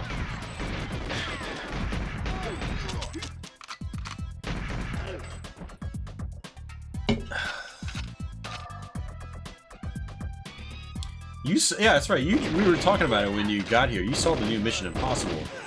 Oh yeah, yeah. And you liked it, right? Loved it. I saw it twice in the theater. It's very You enjoyed it. well, I like watching Tom Cruise doing super crazy. I like watching Tom Cruise be Tom Cruise. Hey man, if you want to live life the fullest, man, you gotta be Tom Cruise, right?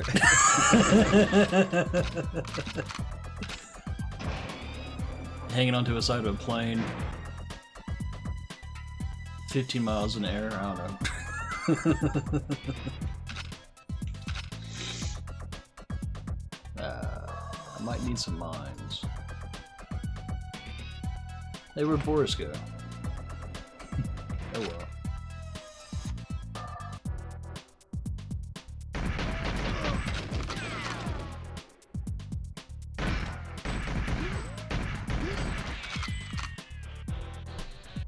This IQ system looks pretty cool, but I don't think I want to pay $175 for Dr. Mario 64.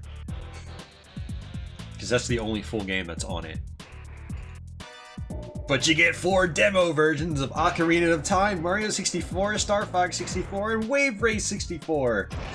With all those combined, it's like it's one full game. Sort of, not really. I was actually looking at this thing and was tempted because it was like, last one! Only one more. I need to close out of this tab before I go buy something stupid like that. I'm not even drunk and I'm looking at things like this. Damn it, guys! You're putting ideas into my head that don't need to be there.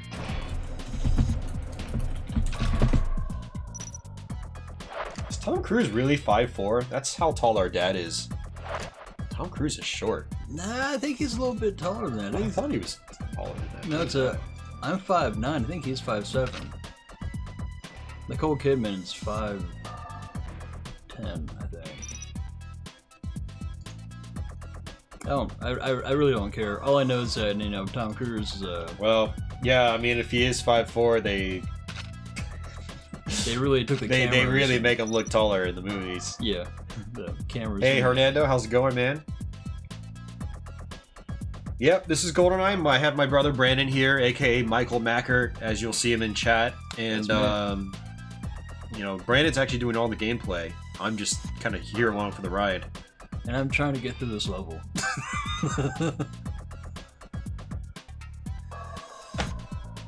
Oh, Justin says Tom Cruise is 5'7". I was gonna say.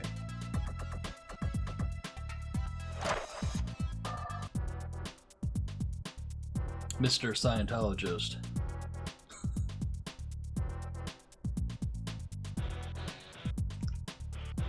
Alright. What do you mean only 5'8", Andy? That's a pretty good height, man. God, I'm only 5'8". I just wish I was so much taller, like 7 feet. Then I could just tower over everyone and look all lanky and probably have like back support issues as I get, you know, farther into life. I like being... Hey, Wayne. I like being my height. It's nice. Fatty, I love Batman on NES, man. I just did a Let's Play of it a couple weeks ago. You should check it out. I think I will.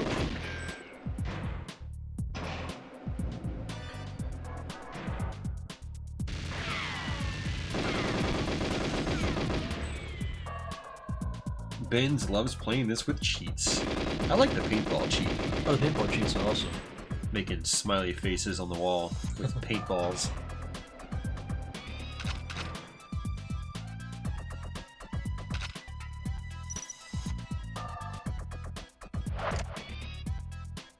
Andy wishes he was 6 feet tall. Well, when you're 6 feet tall, you gotta buy larger clothes. You gotta have a bigger bed. You gotta have a bigger chair. Maybe not a bigger chair. You gotta have bigger everything. You gotta have a tall car. Bigger shoes. All that stuff takes up more space, man. I don't want shoes taking up half my apartment. Jesus Christ. Okay, I know it's an exaggeration, but I'm just playing around, guys.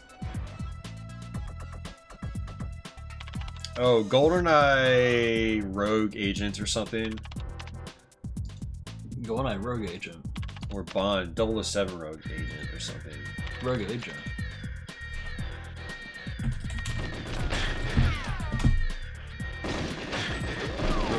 Goldeneye Rogue Agent for PS2. Yeah. Oh, yeah. Yeah, I didn't think I was like misremembering, but you kind of like made me doubt myself there for a moment. Well, I thought you were talking about Mission Impossible, bro. No. Rogue Nation.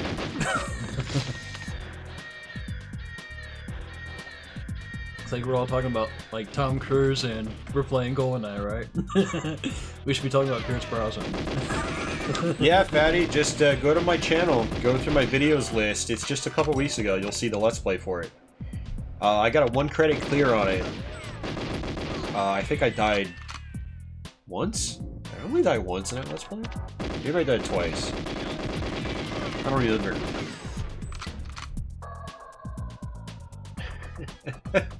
I died, I think, 8 times. If you were 6'0", you'd have more dating prospects. Yeah, sure. Right, Andy. Whatever, man. You tell yourself that. I don't know, you know, what if you date a girl that's like 6'4"? Well, you know, Mom was like, you know, 4 or 5 inches taller than Dad. Yeah, sure. So sometimes the ladies like the short men. They like the, you know, they got a thing for dwarfs. Little people.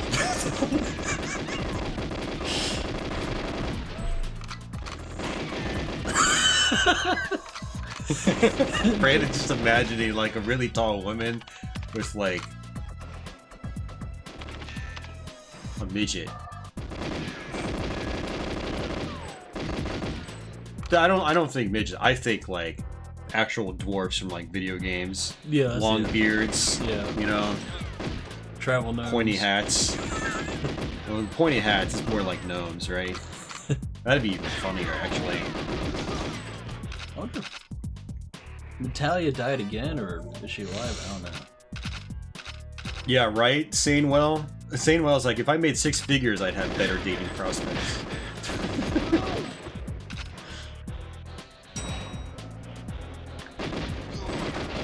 You know what would also give you better dating prospects? Actually getting out of your house and away from your computer. That's one of my big problems. 'Cause I'm stuck in front of my computer for you guys all the time. It's hard to go out and live a normal life. But that's okay.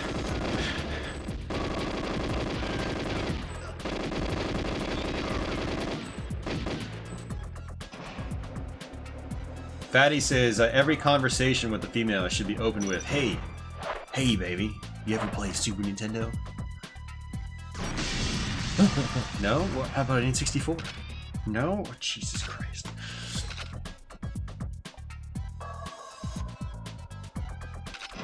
Yeah, whenever I think of dwarves, I think of Frodo and Lord of the Rings. Yeah, I was about to say the same thing too. I know, when I think dwarves, I always think Lord of the Rings.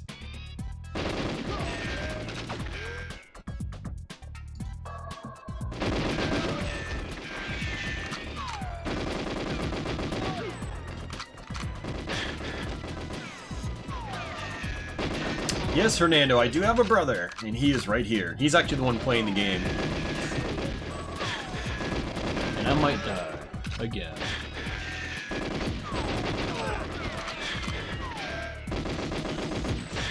Because I gotta make this level so darn hard.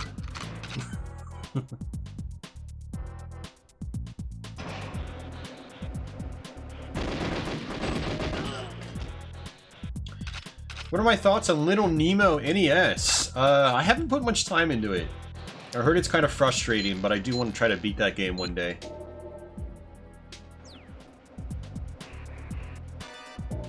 Wayne is 5'10" and has back issues. I was just kind of like poking fun at the height thing with back issues. I don't know if height is actually like partially responsible for that. What I do know is that, like, apparently the numbers are like 50% of, you know, people in North America will have lower back problems at some point in their life. That's from being taller, or? No, it's just, you know, it's things like lack of exercise, lack of stretching, lack of, like, you know, building up your muscles that support your lower back. Oh, yeah, sure. You know, I had problems 5, 6, 7, 8 years ago. And I still have to do stretches and stuff like that in order to keep those problems away. Mom's starting to have problems now too, because she doesn't stretch or do anything like that. And she keeps complaining about her back. Mom, you gotta stretch. Dad and I have already been through this. Like, you know, we're living proof. But yeah, when I went to the doctor, he basically said, like, 1 out of every 2 people have back problems. Other studies online, you know, show the same thing. Yeah, it's because, you know, especially in North America as a society, we sit down more often than we stand, and sitting down is actually really bad for your back. It's actually pretty nice. I'm actually on my feet. You're on your feet all the time, yeah. So plus I'm lifting boxes, so I'm always doing push-ups at home and lifting free weights, and always stretching is part of like lifestyle. Judson, more like the aesthetic of Half-Life is very Goldeneye-esque. Huh. Alright, so we finally beat the level after about 12 minutes. Now for the caverns. This is the second to the final step. Brandon, Fatty asks, what's your favorite whiskey? Brandon does like whiskey. My favorite whiskey?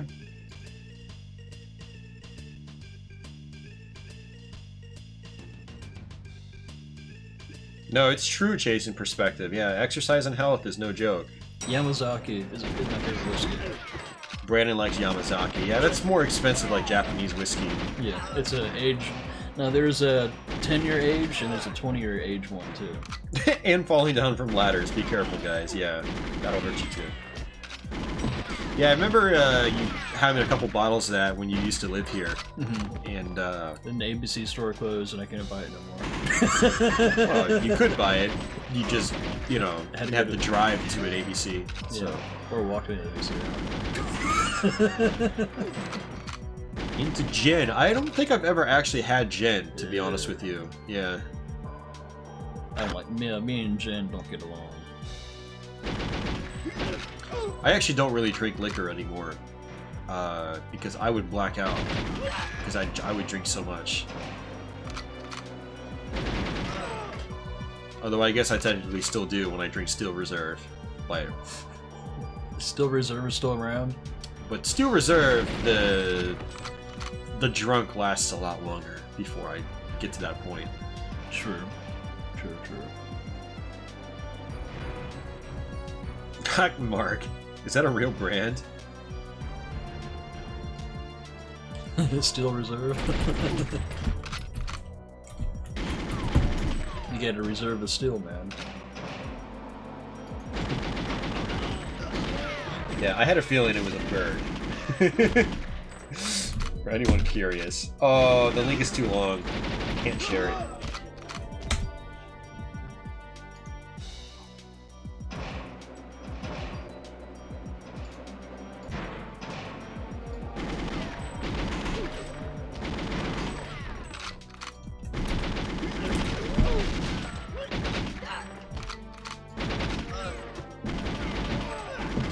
We did drink Yamazaki during the Castlevania 4 Let's Play.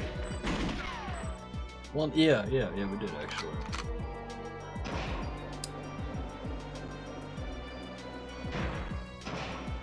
That's a good Let's Play. Yeah, Steel Reserve is really affordable. That's why I drink it.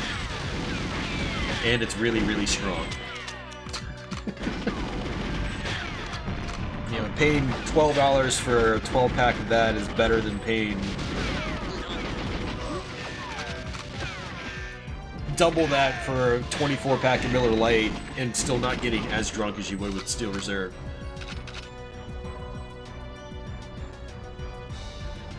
Sapporo, yes. Brandon loves Sapporo. I love Sapporo. I don't love Sapporo, but Brandon does. I like sake too. Sake.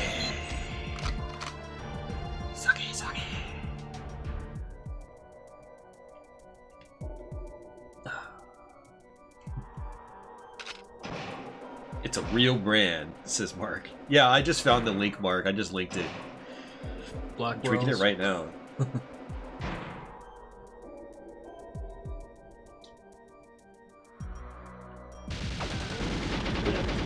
Got a sidetrack looking at Black Wells. We're looking at whiskey right now. Looking It's at like, whiskey. man, golden what? We need some golden whiskey. Oh man, golden whiskey. Actually, golden peppermint schnapps would be like kind of golden. Well, remember we years ago we were drinking that Baron Jaeger. It was like a honey golden kind of looking. Oh yeah. That was a. I think I ended up drinking like the whole entire bottle.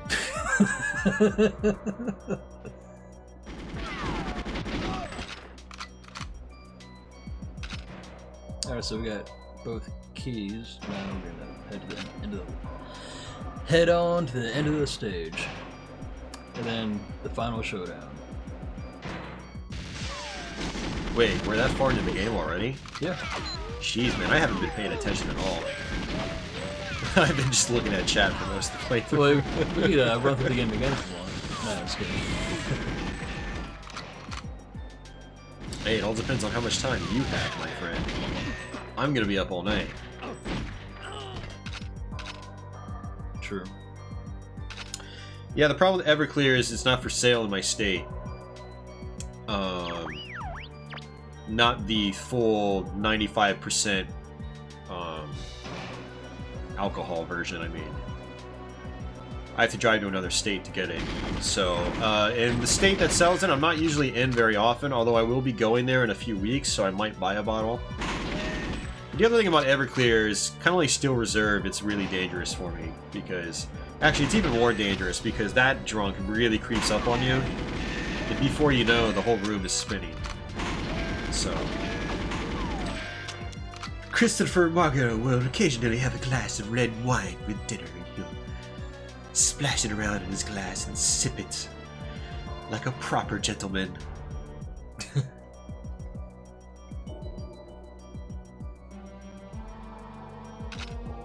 I have not, Judson, no. I don't usually combine my alcohol with food.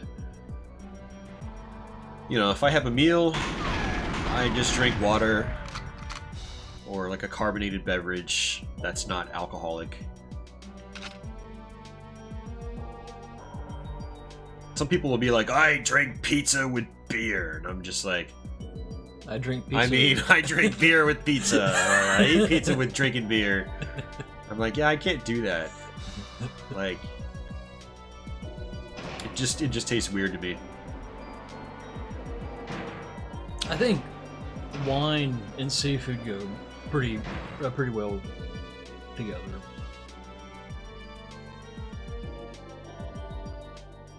Where is this last key?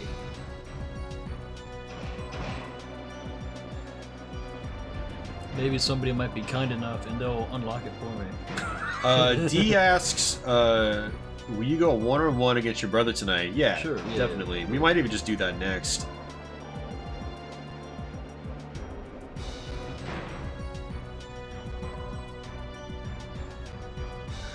John's gonna quote that one for ages. I drink pizza with beer. I drink. Yeah, Everclear is meant to be mixed, Mark. I mean, you're gonna have a headache, regardless. Just don't mix it with Gatorade. Yeah. Well, I think one of the big reasons that you have the headache is that you mix it with stuff, and the stuff you mix it with is probably going to be sugary and dehydrating. So it's like extra dehydrating, and then when you wake up the next day, your body's just like, I need water. And your head just pounds as a result.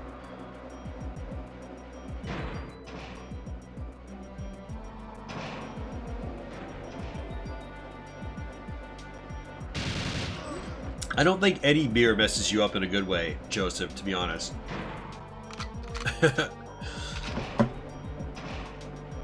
Any alcohol.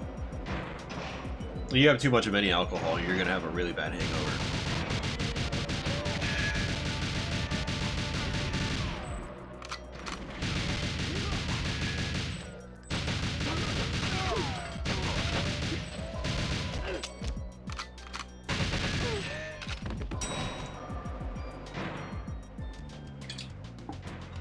Is there elevator music? It's a good way to end the level. With elevator music? Yeah. Elevator music before the final showdown.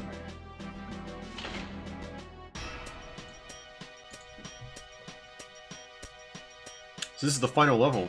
Yep. It's just like in the movie too, you know? Yeah, I remember this. When the big satellite comes out of the water.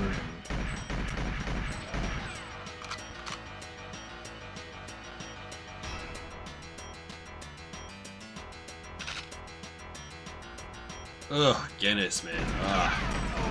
I've never been...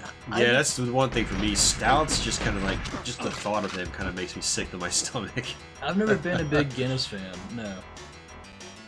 I do like Hefeweizen and Warsteiner. I really do like... Yeah, those are different though. Those aren't stouts. Stouts are the ones that are like pure black, very thick. Really foamy.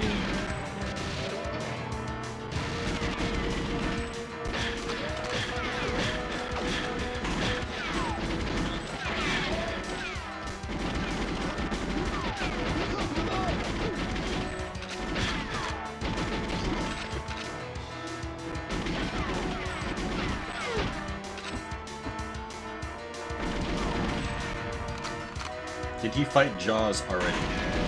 Oh no, we're not playing a game on Secret Agent. Yeah, it looks like you have to play on Secret Agent to fight Jaws. Yeah, and then you had to beat a game on Double O to get the Egyptian level.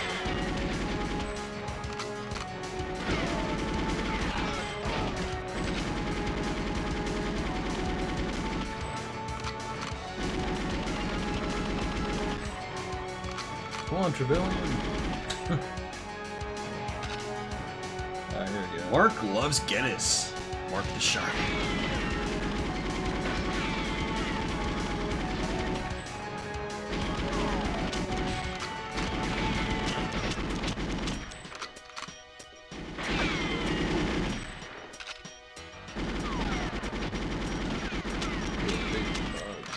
Brandon's playing on the easiest, so we can see the whole game in a decent amount of time.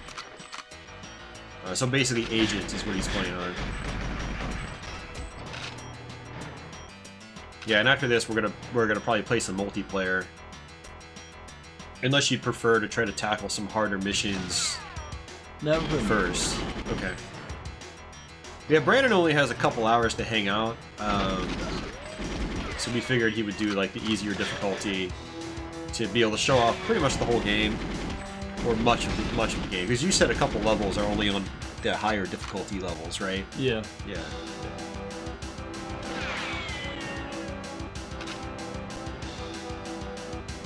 B-52. Don't think so.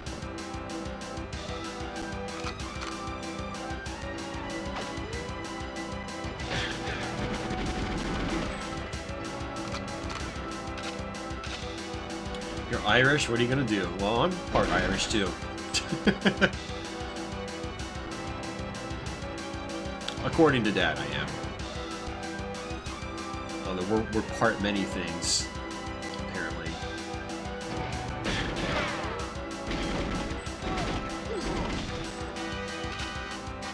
The music's heart pumping.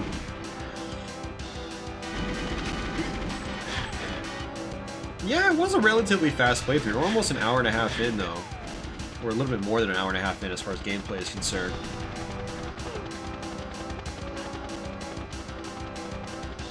Oh, yeah.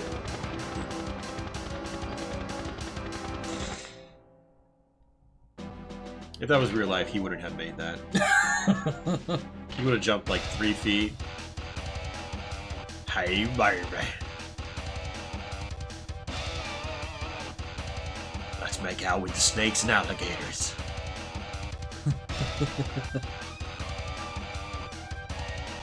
I know it's not exactly a sunny beach, but I guess this will have to do. You get different endings if you beat it on the higher difficulties? No. No? Really? That's a bummer. I could go through and explain what 007 mode is real quick. So I think there's a lot of people out there that probably never even seen 007 mode before. Sure. I guess let's let this roll out. Let me step by you real quick so I can use the restroom. You know, my dad's actually got brown hair. We're apparently a little bit Scottish, a little bit Dutch. This is Nederland and Irish. And then, because of my mom's side, also German. So, yeah, we got like a little bit of everything. Yeah.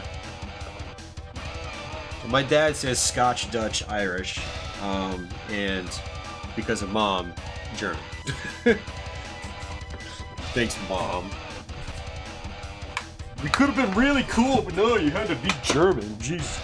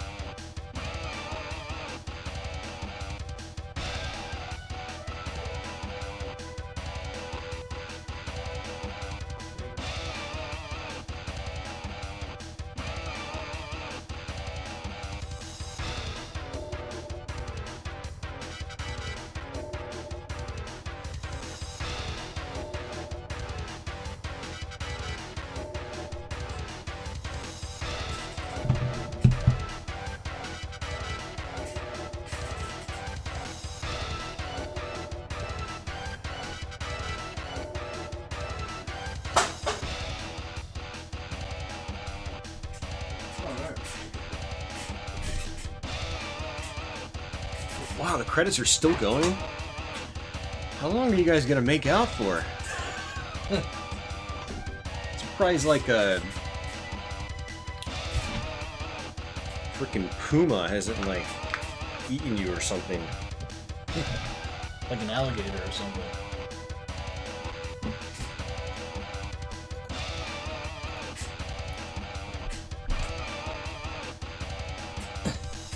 And Nintendo Vision.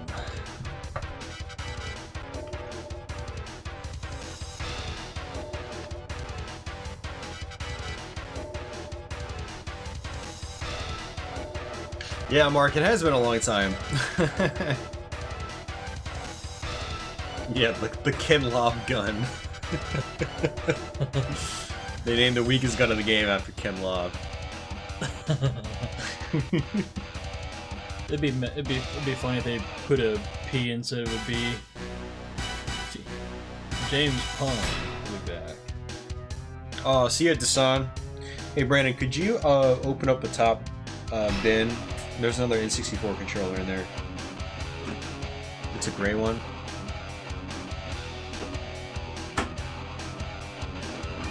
You're good.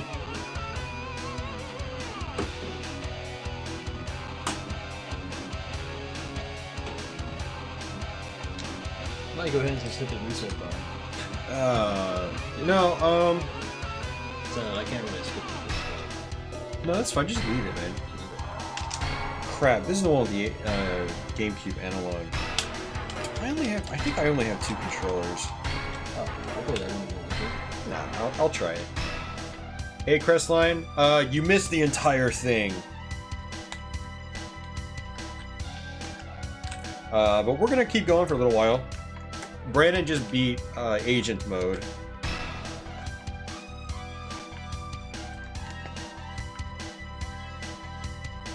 I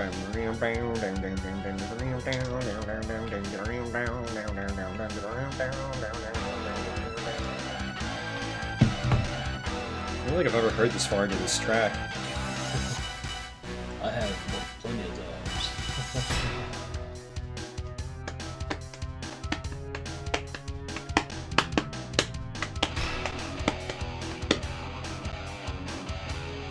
No, I did not, Mark. No, I had no desire. Because I've got 2 good controllers. I don't really need another one. Actually, I do want to buy a 3rd, maybe 4th. I do want to have 4 good controllers, you know. So now, since we saw the whole credits, the intro roll and everything, we could play a game on any level in secret now. So you want to do multiplayer right now? Let's do multiplayer right now. But here's So here's what 007 is. All the cheats we got. Yeah. So basically, what 007 mode is, for those that don't know what's about, if you click on 007, in order to get 007 mode, you gotta get all the cheats first, and then basically you can customize enemy damage, enemy accuracy, reaction speed, enemy health. So if you want the game super insanely. Holy crap, that's awesome. Yeah. So now this is like Call of Duty style right here. Not really. Call of Duty's easy. Nah, this is, Call of Duty's like James Bond, like baby mode. So this is with all the enemy stats to the highest. Jay, we are playing on N64, yeah. Let's see how far I'll make it.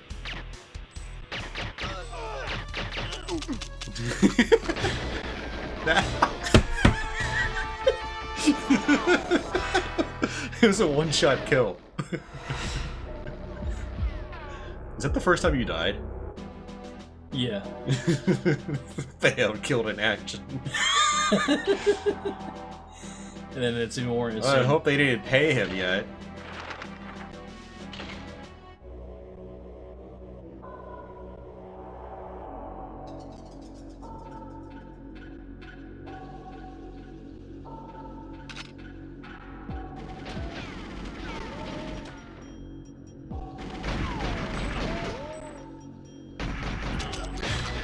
You basically have to avoid the enemies at this point. You can't even fight them. Can't even fight them. Alright, so let's jump into multiplayer. Let's do this.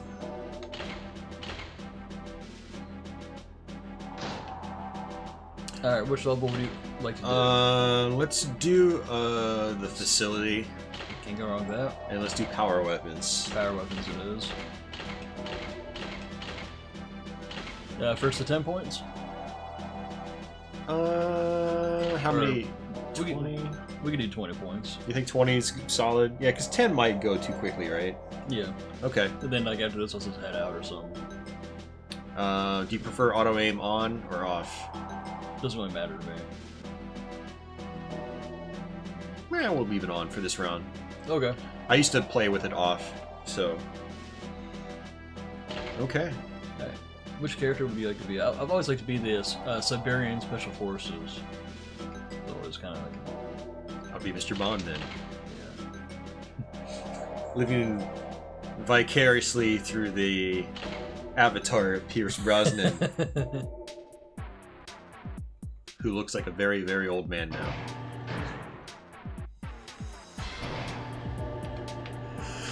Alright, so I have to remember these controls. Okay. That's gonna be funny, man. People in the stream watching are gonna be laughing, or gonna be. Alright, so Brandon's top screen, I'm bottom screen. They're in for surprise, man. In for surprise. I think Austin already knows like what I'm gonna do.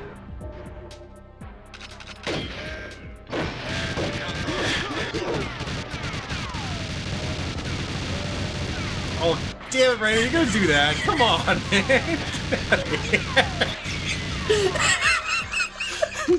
And being chased by a midget.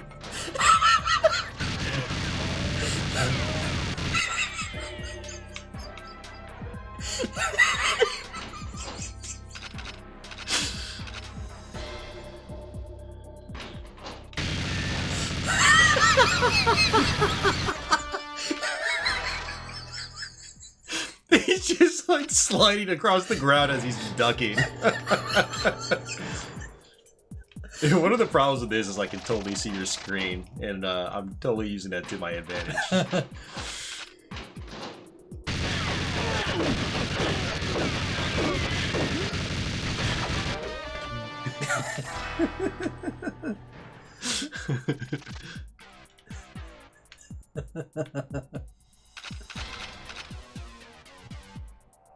My name is Bond. James Bond. Junior. And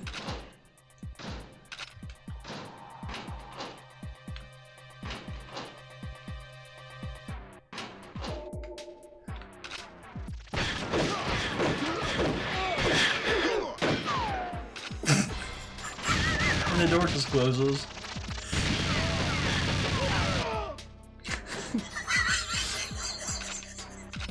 What are you doing?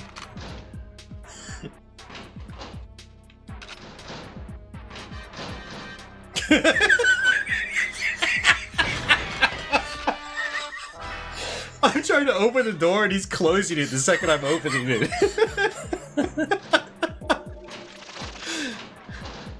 And people sometimes wonder why Goldeneye multiplayer was so well regarded. Like this is it right here, guys.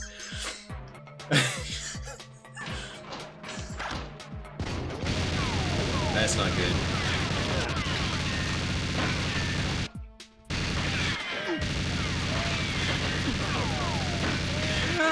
I can't.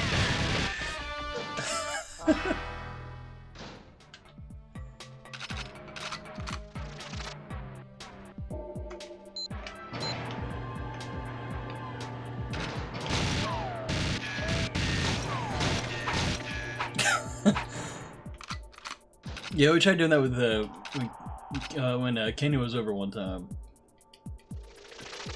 Oh, shooting through that glass?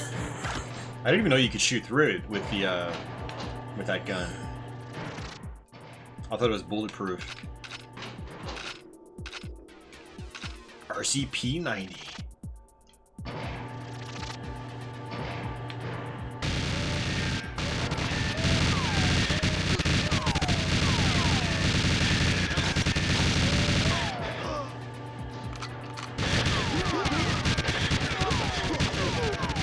duck, by the way. Yeah, as you can see how like my aiming's going all over the place. That's the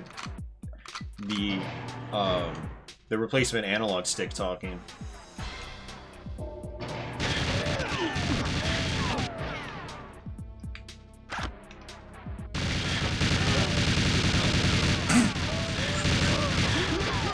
Oh, man.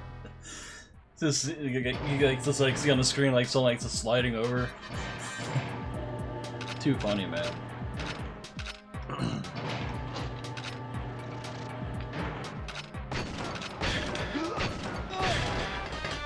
Yeah, so you hold the L button in the control pad down. Oh, I just figured it out. Yeah.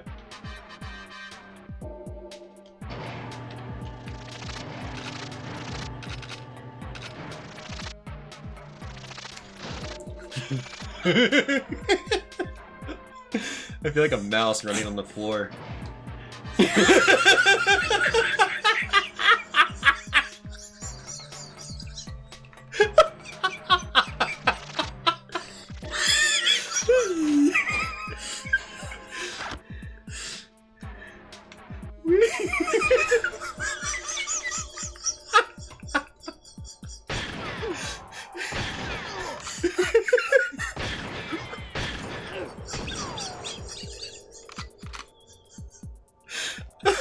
Man.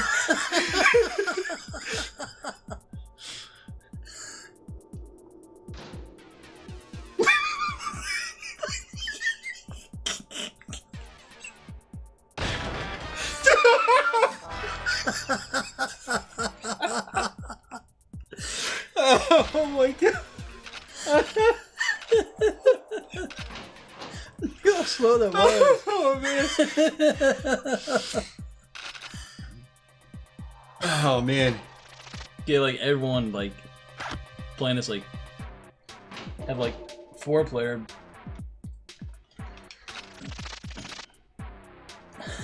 Dude, we should have a crouching race.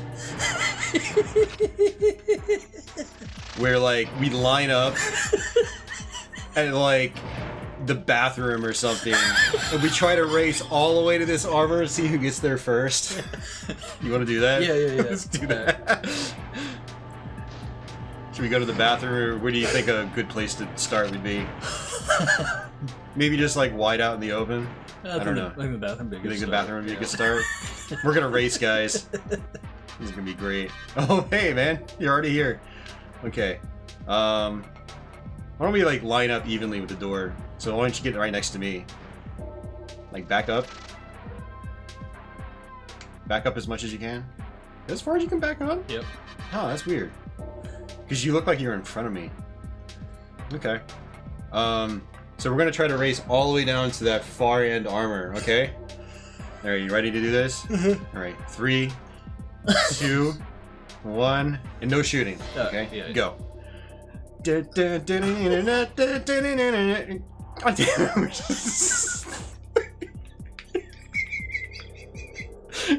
We're so stuck. James Bond is in the lead. Wish I had some real commentary here right now.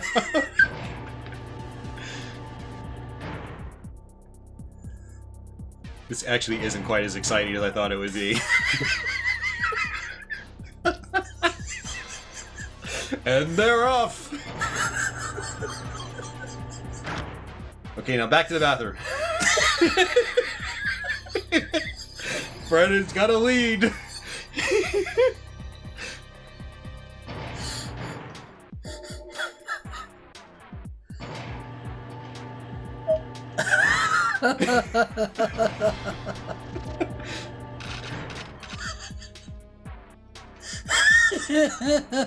And somehow.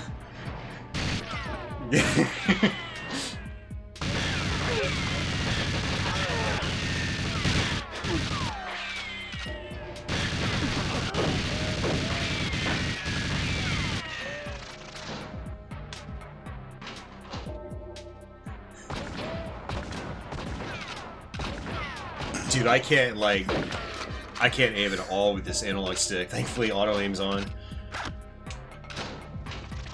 Yeah, these replacement GameCube analog sticks are so sensitive, man. Alright, well that was a thing. Goldeneye crouch racing.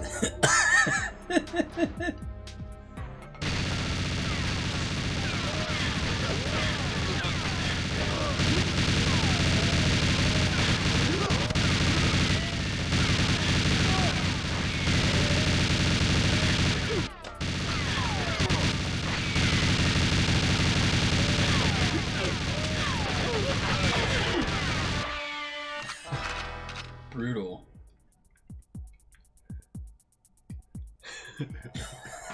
Justin Hodges says this is probably the best thing ever.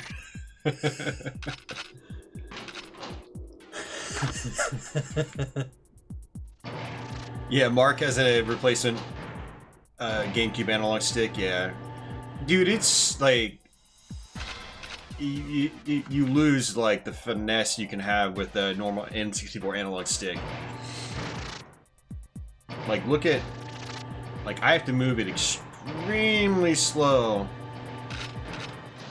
to get it to barely, like, I'm barely touching it. I'm James frickin' Bond. What the hell are you doing?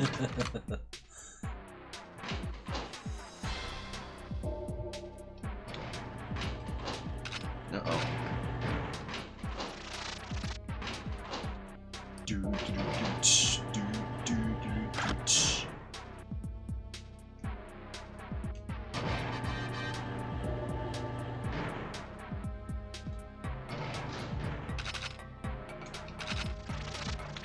I'm gonna have to rip like a lot of the music in this game, put it on my game music channel. A lot of the stuff on my game music channel is mostly just for me. I don't really post stuff just because I can. I usually just post stuff that I want to listen to. And a lot of times I'll just use it as like a playlist, personally. Do I already have? No. Okay. This is good music. I'd love to have it on that playlist. Trading hits. We're trading hits. Can I get a headshot or something? Because you had full armor. Yeah, probably got a headshot or something. Because headshots do count in this, right? Yeah. Are you really again? Swish, swish.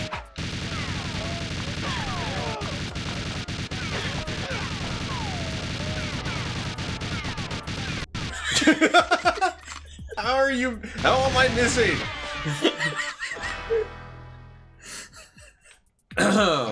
Mark, I'll link to it.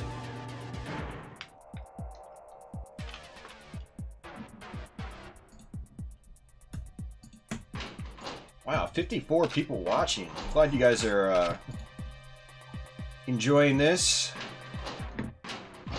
And thanks, Brandon, for coming over again to do this. No problem. Like we've been talking about this for a long time. But you know, Brandon's a busy guy. Brandon's got his own stuff.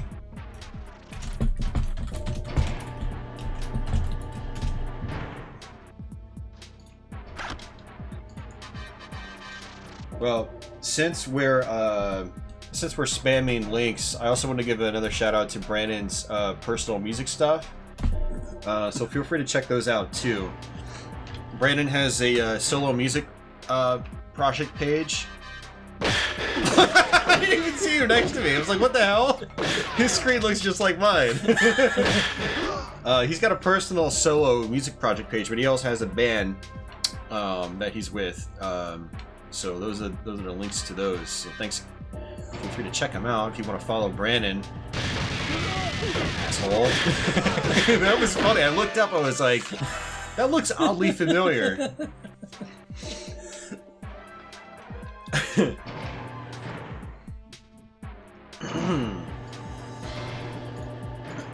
That was great, man. Ooh, we're tied. We've still got a long way to go. Should probably pick this up.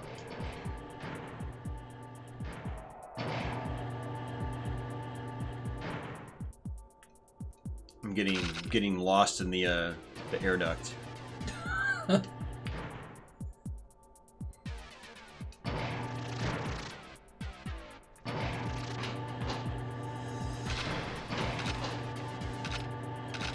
You got an automatic shotgun. Ah. How did I manage that? Another headshot, I guess, because you had full armor.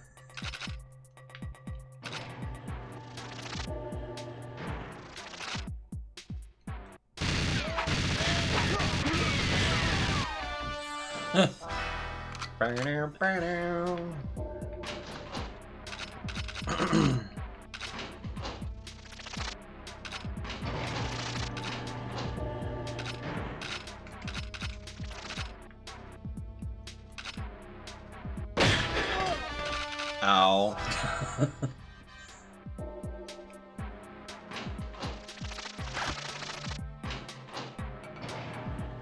Yeah, Crestline, you know, the multiplayer is still a lot of fun. Like, it's a good time.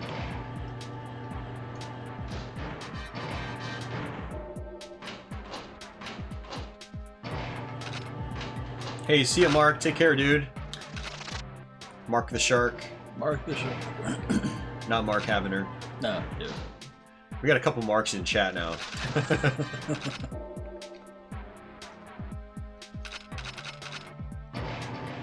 Mark Tryon.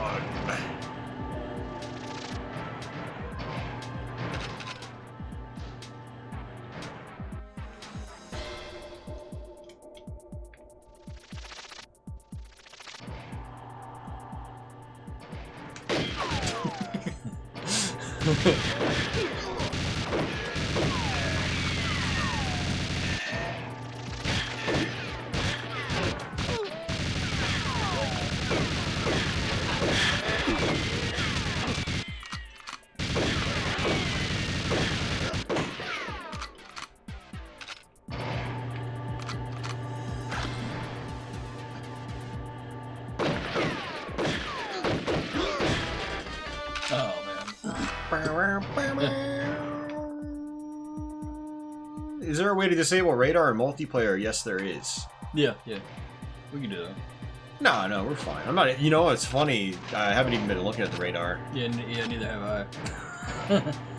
I mean, honestly, I'll be frank with you. It's really hard not to see the other opponent's screen. I'm so used to seeing like everything on the screen. A lot of the difficult games I've played, like I've kind of like gained this sort of like natural ability to just kind of like see everything that's happening on the screen. Even though I'm focusing on the bottom half, I can still see what's going on in the top half. It's like I see he's, you know, he's in the main hallway now. Like, and I'm not even looking at his screen. It's really hard to avoid screen look. If you ask me. So, even if we had the radar off, it wouldn't even matter. I know exactly where he is. That's one of the problems with split screen, though, with deathmatch games these days. It's harder for me to play them because of that.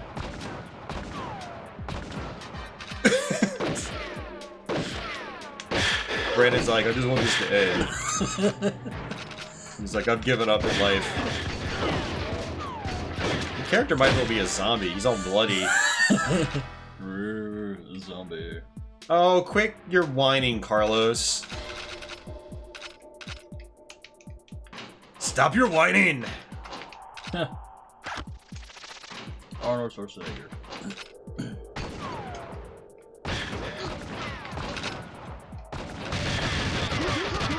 Don't be the let's kill! I can't do an Arnold impersonation. I need to stop trying to impersonate Arnold because I suck at it.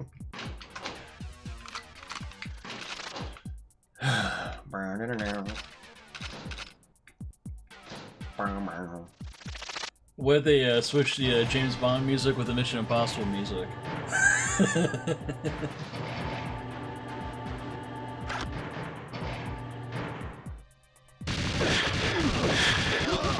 Guess it's gonna be the same. I ran out of bullets.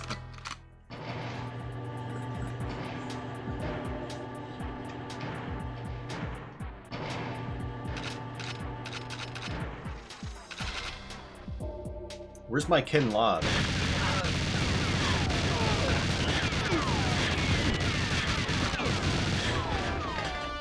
Nice.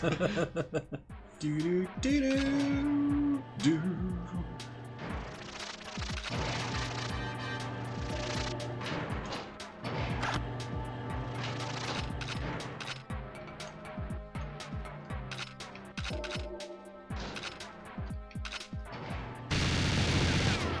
Whoa, whoa, whoa, whoa, whoa, whoa, whoa.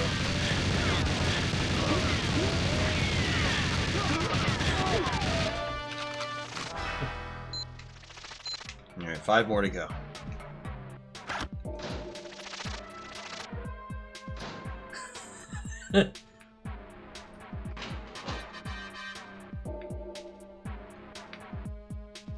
Oh yeah. Who cares about the unfair advantage, man?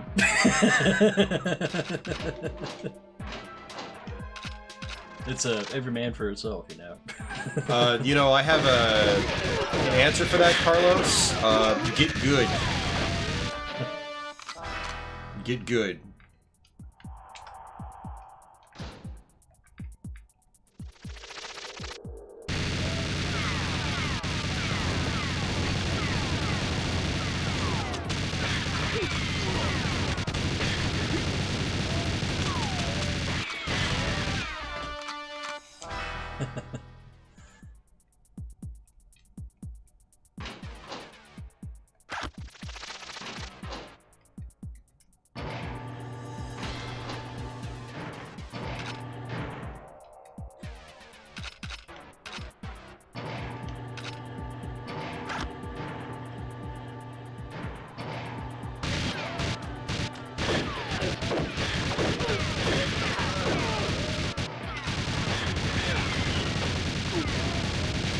That shotgun is really dangerous. Oh yes, it is.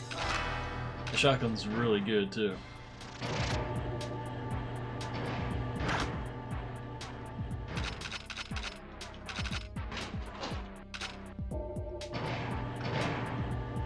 Yeah, well, we were also goofing off Judson quite a bit, man.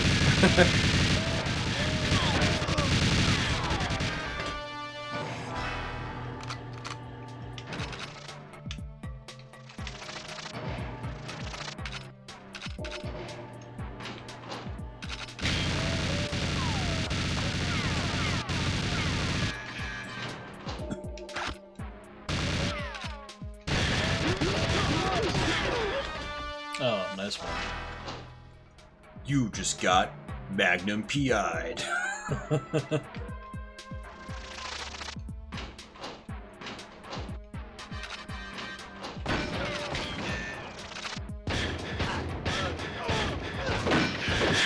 You open up the door to the next stall.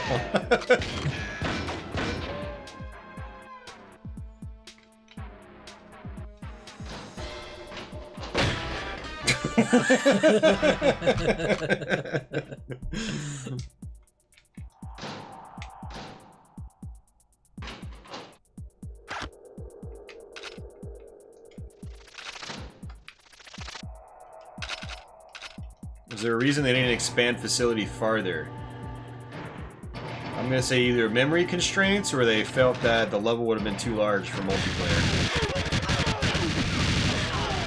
Facility is really fun because it's kind of small. It's easy to work your way around. It's a little chaotic with 4 players.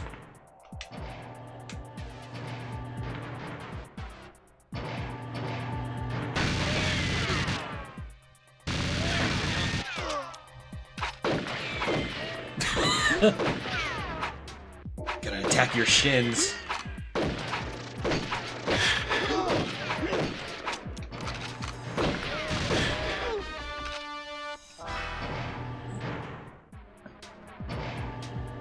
Hey, see ya, Benz. Take care. Dude, Brandon's playing serious now. He's like, damn, dude, I'm like 10 kills behind. I need to start actually playing.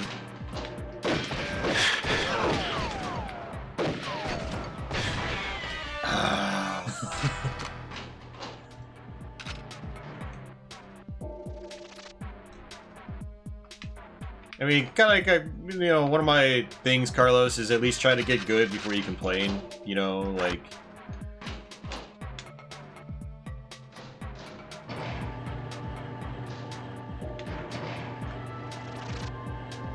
And it's like, you know, I'm also okay with you having your opinions, but there's a time and place for those opinions. You give them at the wrong time, you become a buzzkill. That's what I was giving you a hard time about. But yes, a lot of first-person shooters are like that, especially from back in the day. Like Quake and... I mean, it's the same thing with Quake and Doom. Quake had a lot of really good players, too. A lot of good players. Yeah, when you get to a player that is, you know, that plays at a high level, is going to wreck the player that's not at a high level. And even if you have two even-leveled players, I mean, sometimes one player gets a clear advantage over the other. They control the power-ups in the map. They control the armor pickups. That's just how it goes.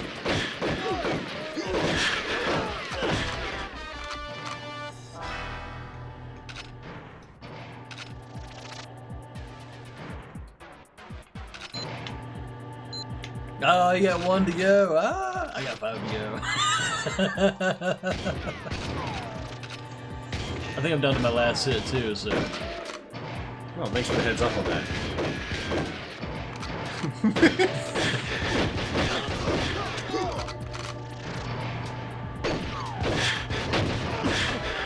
Oh! At the same time. Oh, that's a good one.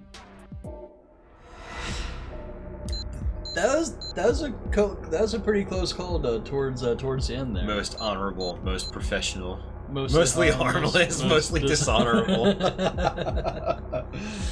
Alright, man, well, I'm gonna probably head on out, so... Oh, really? You don't want to do another match? Well, it's 11:30, that's right. Yeah.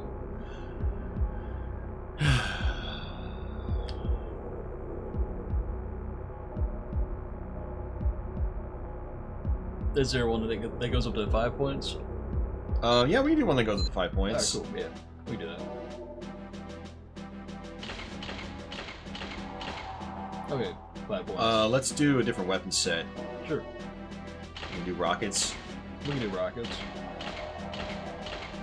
Rockets. In the same level, or do let's do a different level. Let's do Egyptian. Egyptian. Okay, yeah. That's a fun one. Just because I haven't seen it in a long time. Cool.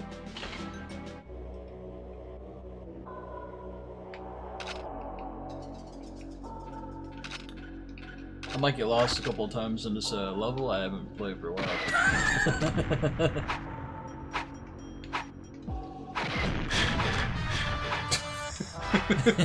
You blew yourself up. Wait, what? I killed me, not you? You were right in front of me. That was garbage.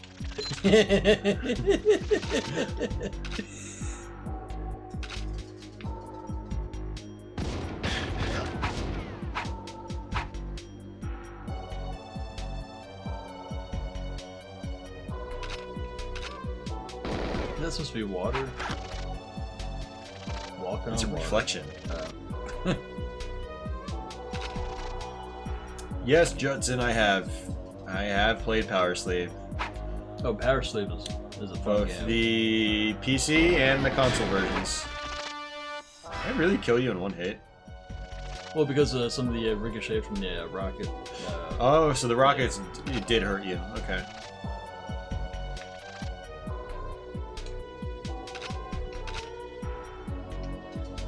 Gotta get that splash damage.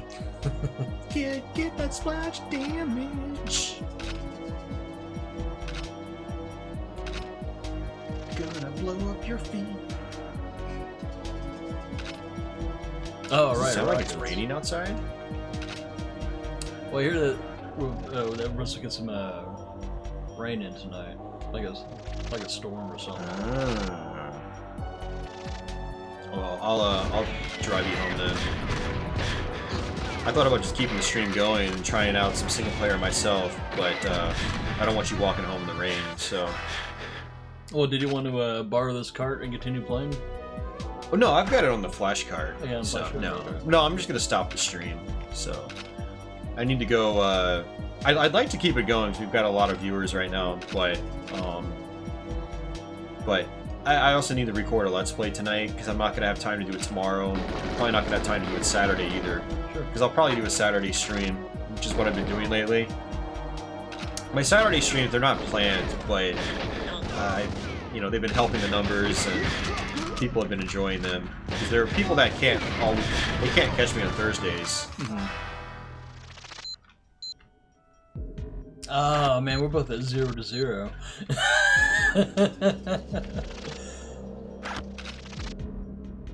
Yeah, if you don't use rockets correctly, then you'll lose points. Whenever you kill yourself, you lose a point.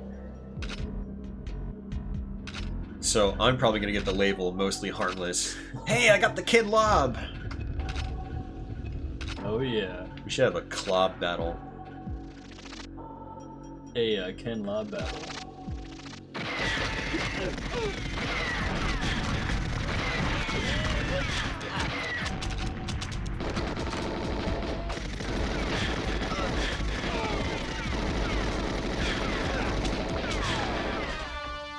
And the Clob loses. No surprise.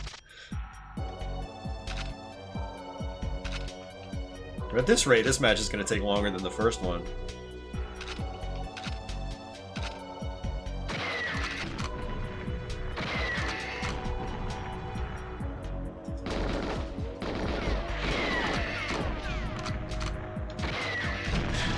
Oh, I didn't even see you. How did you do that? Tactics.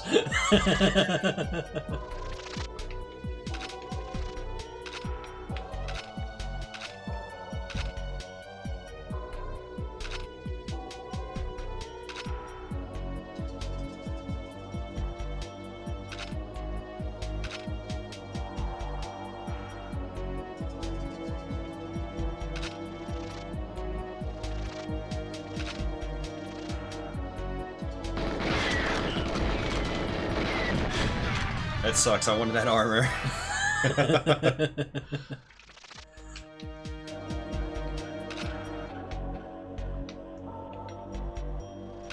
Actually, the Egyptian level's not too bad. It's kind of like facilities. Yeah, it's actually not as big as I thought it would be. Don't have a gun. Run away. Going to cut your feet. Going to cut your feet, man.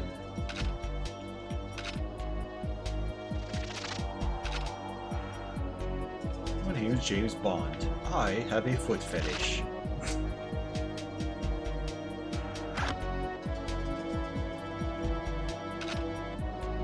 Okay, I could really use a rocket launcher. We're playing rockets, but I'm never getting a rocket launcher. Ooh, you think there's something, huh?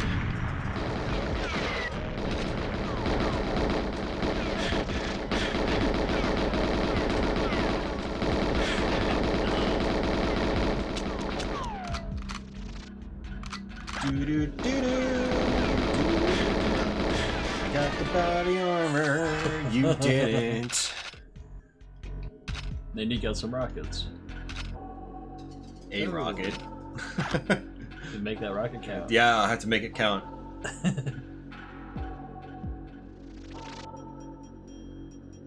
Yeah, I always loved playing with rockets because I played a lot of competitive Quake 1 back in the day.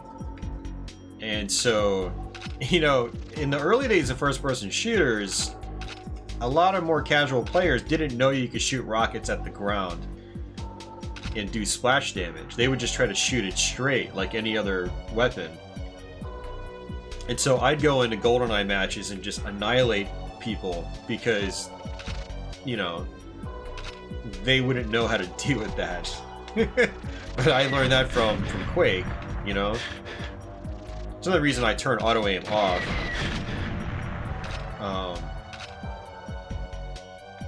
Because it helps with being able to aim down to the ground with the rockets.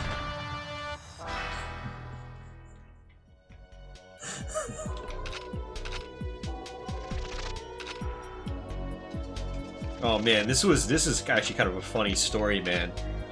I used to hang out with these guys in the early 2000s that liked to play a lot of multiplayer games, and one of them was really competitive. He was a really good Tekken player, but he was very cocky. And, you know, they were all about Time Splitters 2, which I had barely played before. But I was still doing, like, competitive Quake stuff on a very regular basis then. And, I told them that I could beat all of them 3 against 1 with rockets. And they were like, that's impossible. Three people against 1. Like, that'll never... No. I was like, alright, let's fire it up. I annihilated them. I destroyed the entire team, just me.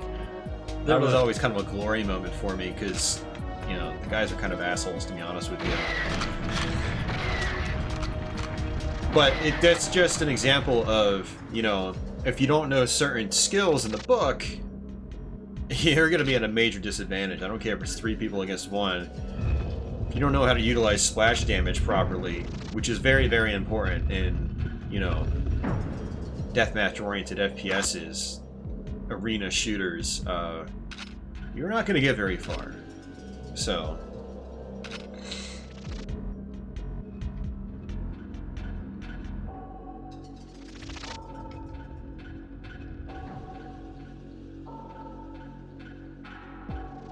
yeah, and I mean, that was at the time where I was like at the peak of my first-person shooter prowess, I guess. You know, when it came to, you know, competitive play. I'm not anywhere near as good nowadays as I used to be.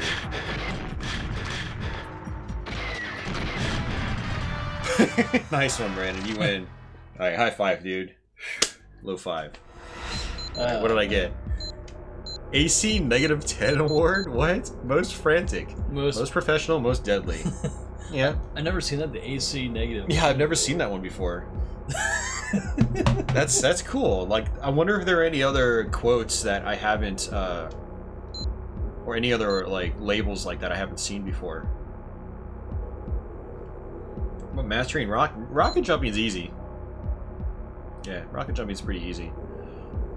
I mean, it took me a little while to get used to it, yeah. I mean, there was practice involved, but... yeah, no. Rocket jumping is pretty easy for me.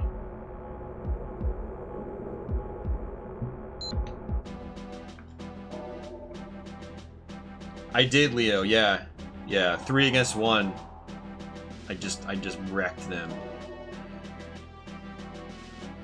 No, it was great because, like, one of the guys was just extremely arrogant, and, like, yeah, he was high level at, you know, Tekken specifically, absolutely, but when it came to other games, he went into other games like he was hot stuff, and it's like, you might be good at this one series.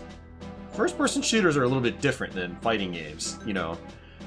Have you played Flag Tag? Does that, like, capture the flag, or...? I don't know. Yeah, let's try it out real quick. What's the game length? Can you set it to? Limited 5. Let's do 5 minutes. Okay. Yeah. And pick a different map too. We'll do what's another library is pretty small, right? Or complex. Yeah, we can do complex. Complex stuff fun. We'll do laser. AC-10 means you grab the most armor. Interesting. That makes sense because I did grab a lot of armor. We'll do a laser. Lasers, sure. Oh, slappers only? Slappers only, sure. No, slappers only. Actually, no. Slappers only sucks unless you're doing, like, instant kills. How about proximity? Let's do lasers. I want some lasers. Alright, laser. Oh! Throwing knives. Throwing knives. Let's do throwing knives. Throwing knives it is. I mean, we're only going to be playing for 5 minutes, so... Yeah. 5 minutes is not going to hurt. Yes! Let's see what this flag tag. Flag tag. Oops! Oh, man. So picked up some throwing knives. I don't know what the rules are for this. Neither do I.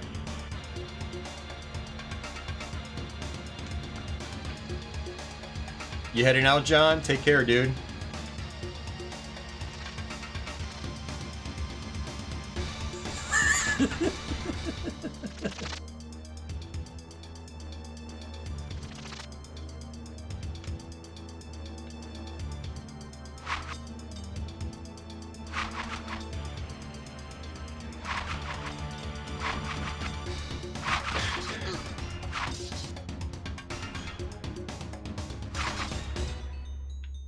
Where'd you go? See, we're both red.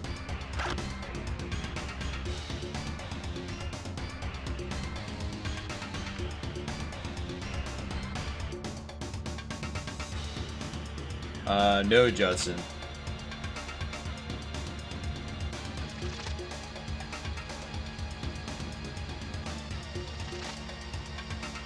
Oh, John was doing an impersonation. Okay.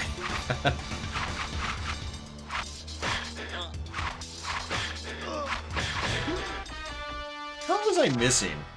I'm James freaking Bond, man. You don't miss.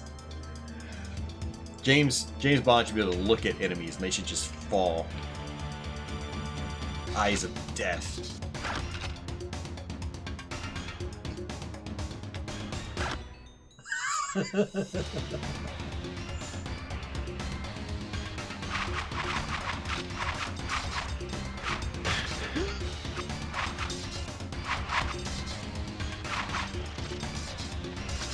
This is pathetic.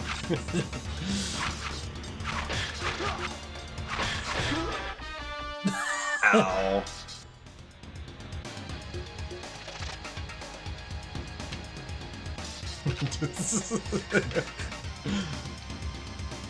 I know there's more to this gameplay mode, I just have no idea what it is.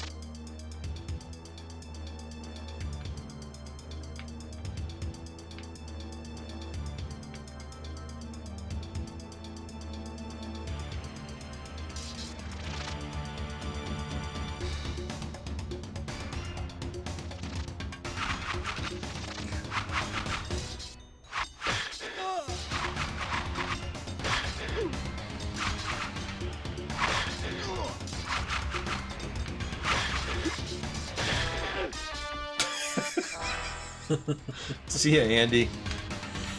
Have a good night, Andy.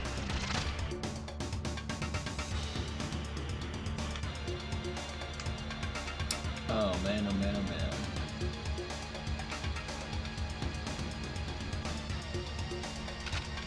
Yeah, I hear the thunder. I hear thunder, but there's no rain. This lightning. Prodigy, right? I hear thunder, but I see no lightning. No, it's I hear thunder, but there's no rain. This kind of sound breaks walls and window panes. Is it really rain? Oh man. Then why what? Oh, I need to go back and listen to that song. Yeah, it's a great track. I was actually listening to Evil 9 the other night. Oh, nice. I need to listen to that album again. I like it. It's good. Reminds me of a lot of Michael Jackson's Thriller. Yeah. Yeah. For the first few tracks. I was actually listening to Prodigy's Breathe also. Nice. That's a good tune. Yeah, that's a good one. Yeah. I was going back listening to a little bit of Armin van Buuren and having a Freeland a little bit. You know, it's just revisiting good music, that's all. Good music. It's actually good. It's almost as good as throwing knives. It's actually. That one went right in your neck.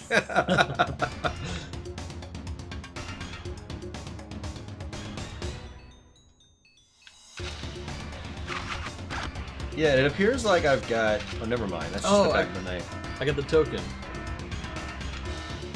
So that means I got the flag. Yeah. Well, anyway, so what? Well, yeah. So what I got here, I got the flag here. Where's the ammo? Longest innings. Hey, no reason. Oh man, that was fun.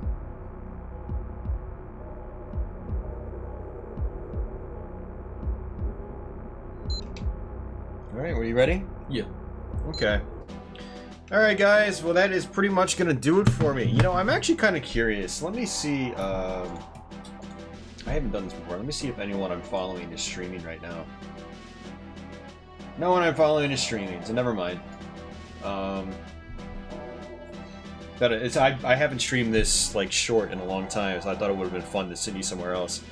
But yeah, Brandon's gonna go ahead and head out. So thank you once again, Brandon, for coming out. If you find any other like N64 games like this that you want to do, you're more than welcome to come by and stream again.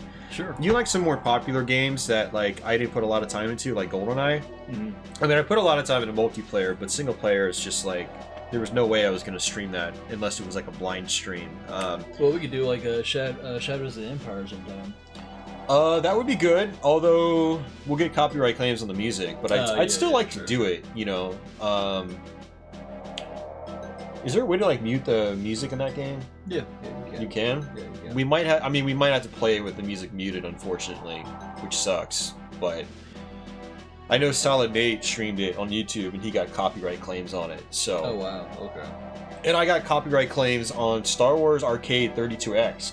Because of the title theme. Yeah, it's ridiculous. Well, so maybe we could do maybe. We could still do it, but it would have to be. We'd have to mute the music, you know. So, because you're really familiar with that game, that would be a good one to do, actually. So. Yeah, or we could even do like a Star Soldier. But I mean, you've probably done that. I'm gonna do a Let's Play on that. Yeah. Oh, nice. So. Cool. Okay. Yeah, guys, thanks for hanging out. Yeah. I need to record a Let's Play. I'm gonna take Brandon home and. Maybe I'll be back on Twitch later tonight streaming. I'm not entirely sure, but yeah, thanks once again, dude, for hanging out. That was a lot of fun. Wow, that was some thunder, man. That's some loud thunder. Some good thunder. Hey, So, Mark. Yeah, I think it'd be really cool if you came up here sometime. We all hanged out sometime. That'd be awesome. Yeah, man. If you're ever in the area, let us know in advance, and we could try to catch up and maybe even stream something. Yeah. Yeah, man, the three of us could stream together. Put some Contra or something, I don't know. Or some Mike Tyson. Yeah, thanks, Carlos. I'm glad you enjoyed it, man. What's good about the short stream is the archive should be up in a couple hours, so if you missed a lot of it, it should be up very shortly. So, take care, Leo. See you Chasing Perspective. Hope you enjoyed it. And No Reason joins at the end. Yeah, usually I go longer, but since Brandon was basically running this stream, we're pretty much done. So, yeah. But, alrighty, folks, have yourselves a good night. As usual, new Let's Play will be posted Sunday. I will probably do a live stream on Saturday. I'm not sure what it's going to be, but we'll figure it out. And, I guess until the next one. Sure. Yeah. Take it easy. Also, remember, if you're into heavy metal music, check out Brandon's stuff. Also, I have links in the description with these as well. So, but if you like some heavy metal, go check him out. Say hello, leave a comment, drop a like, listen to some music. And actually, he's got free downloads on his website of some of the video game covers. Yeah. Which you linked me to. Yeah, MichaelMakerMusic.net.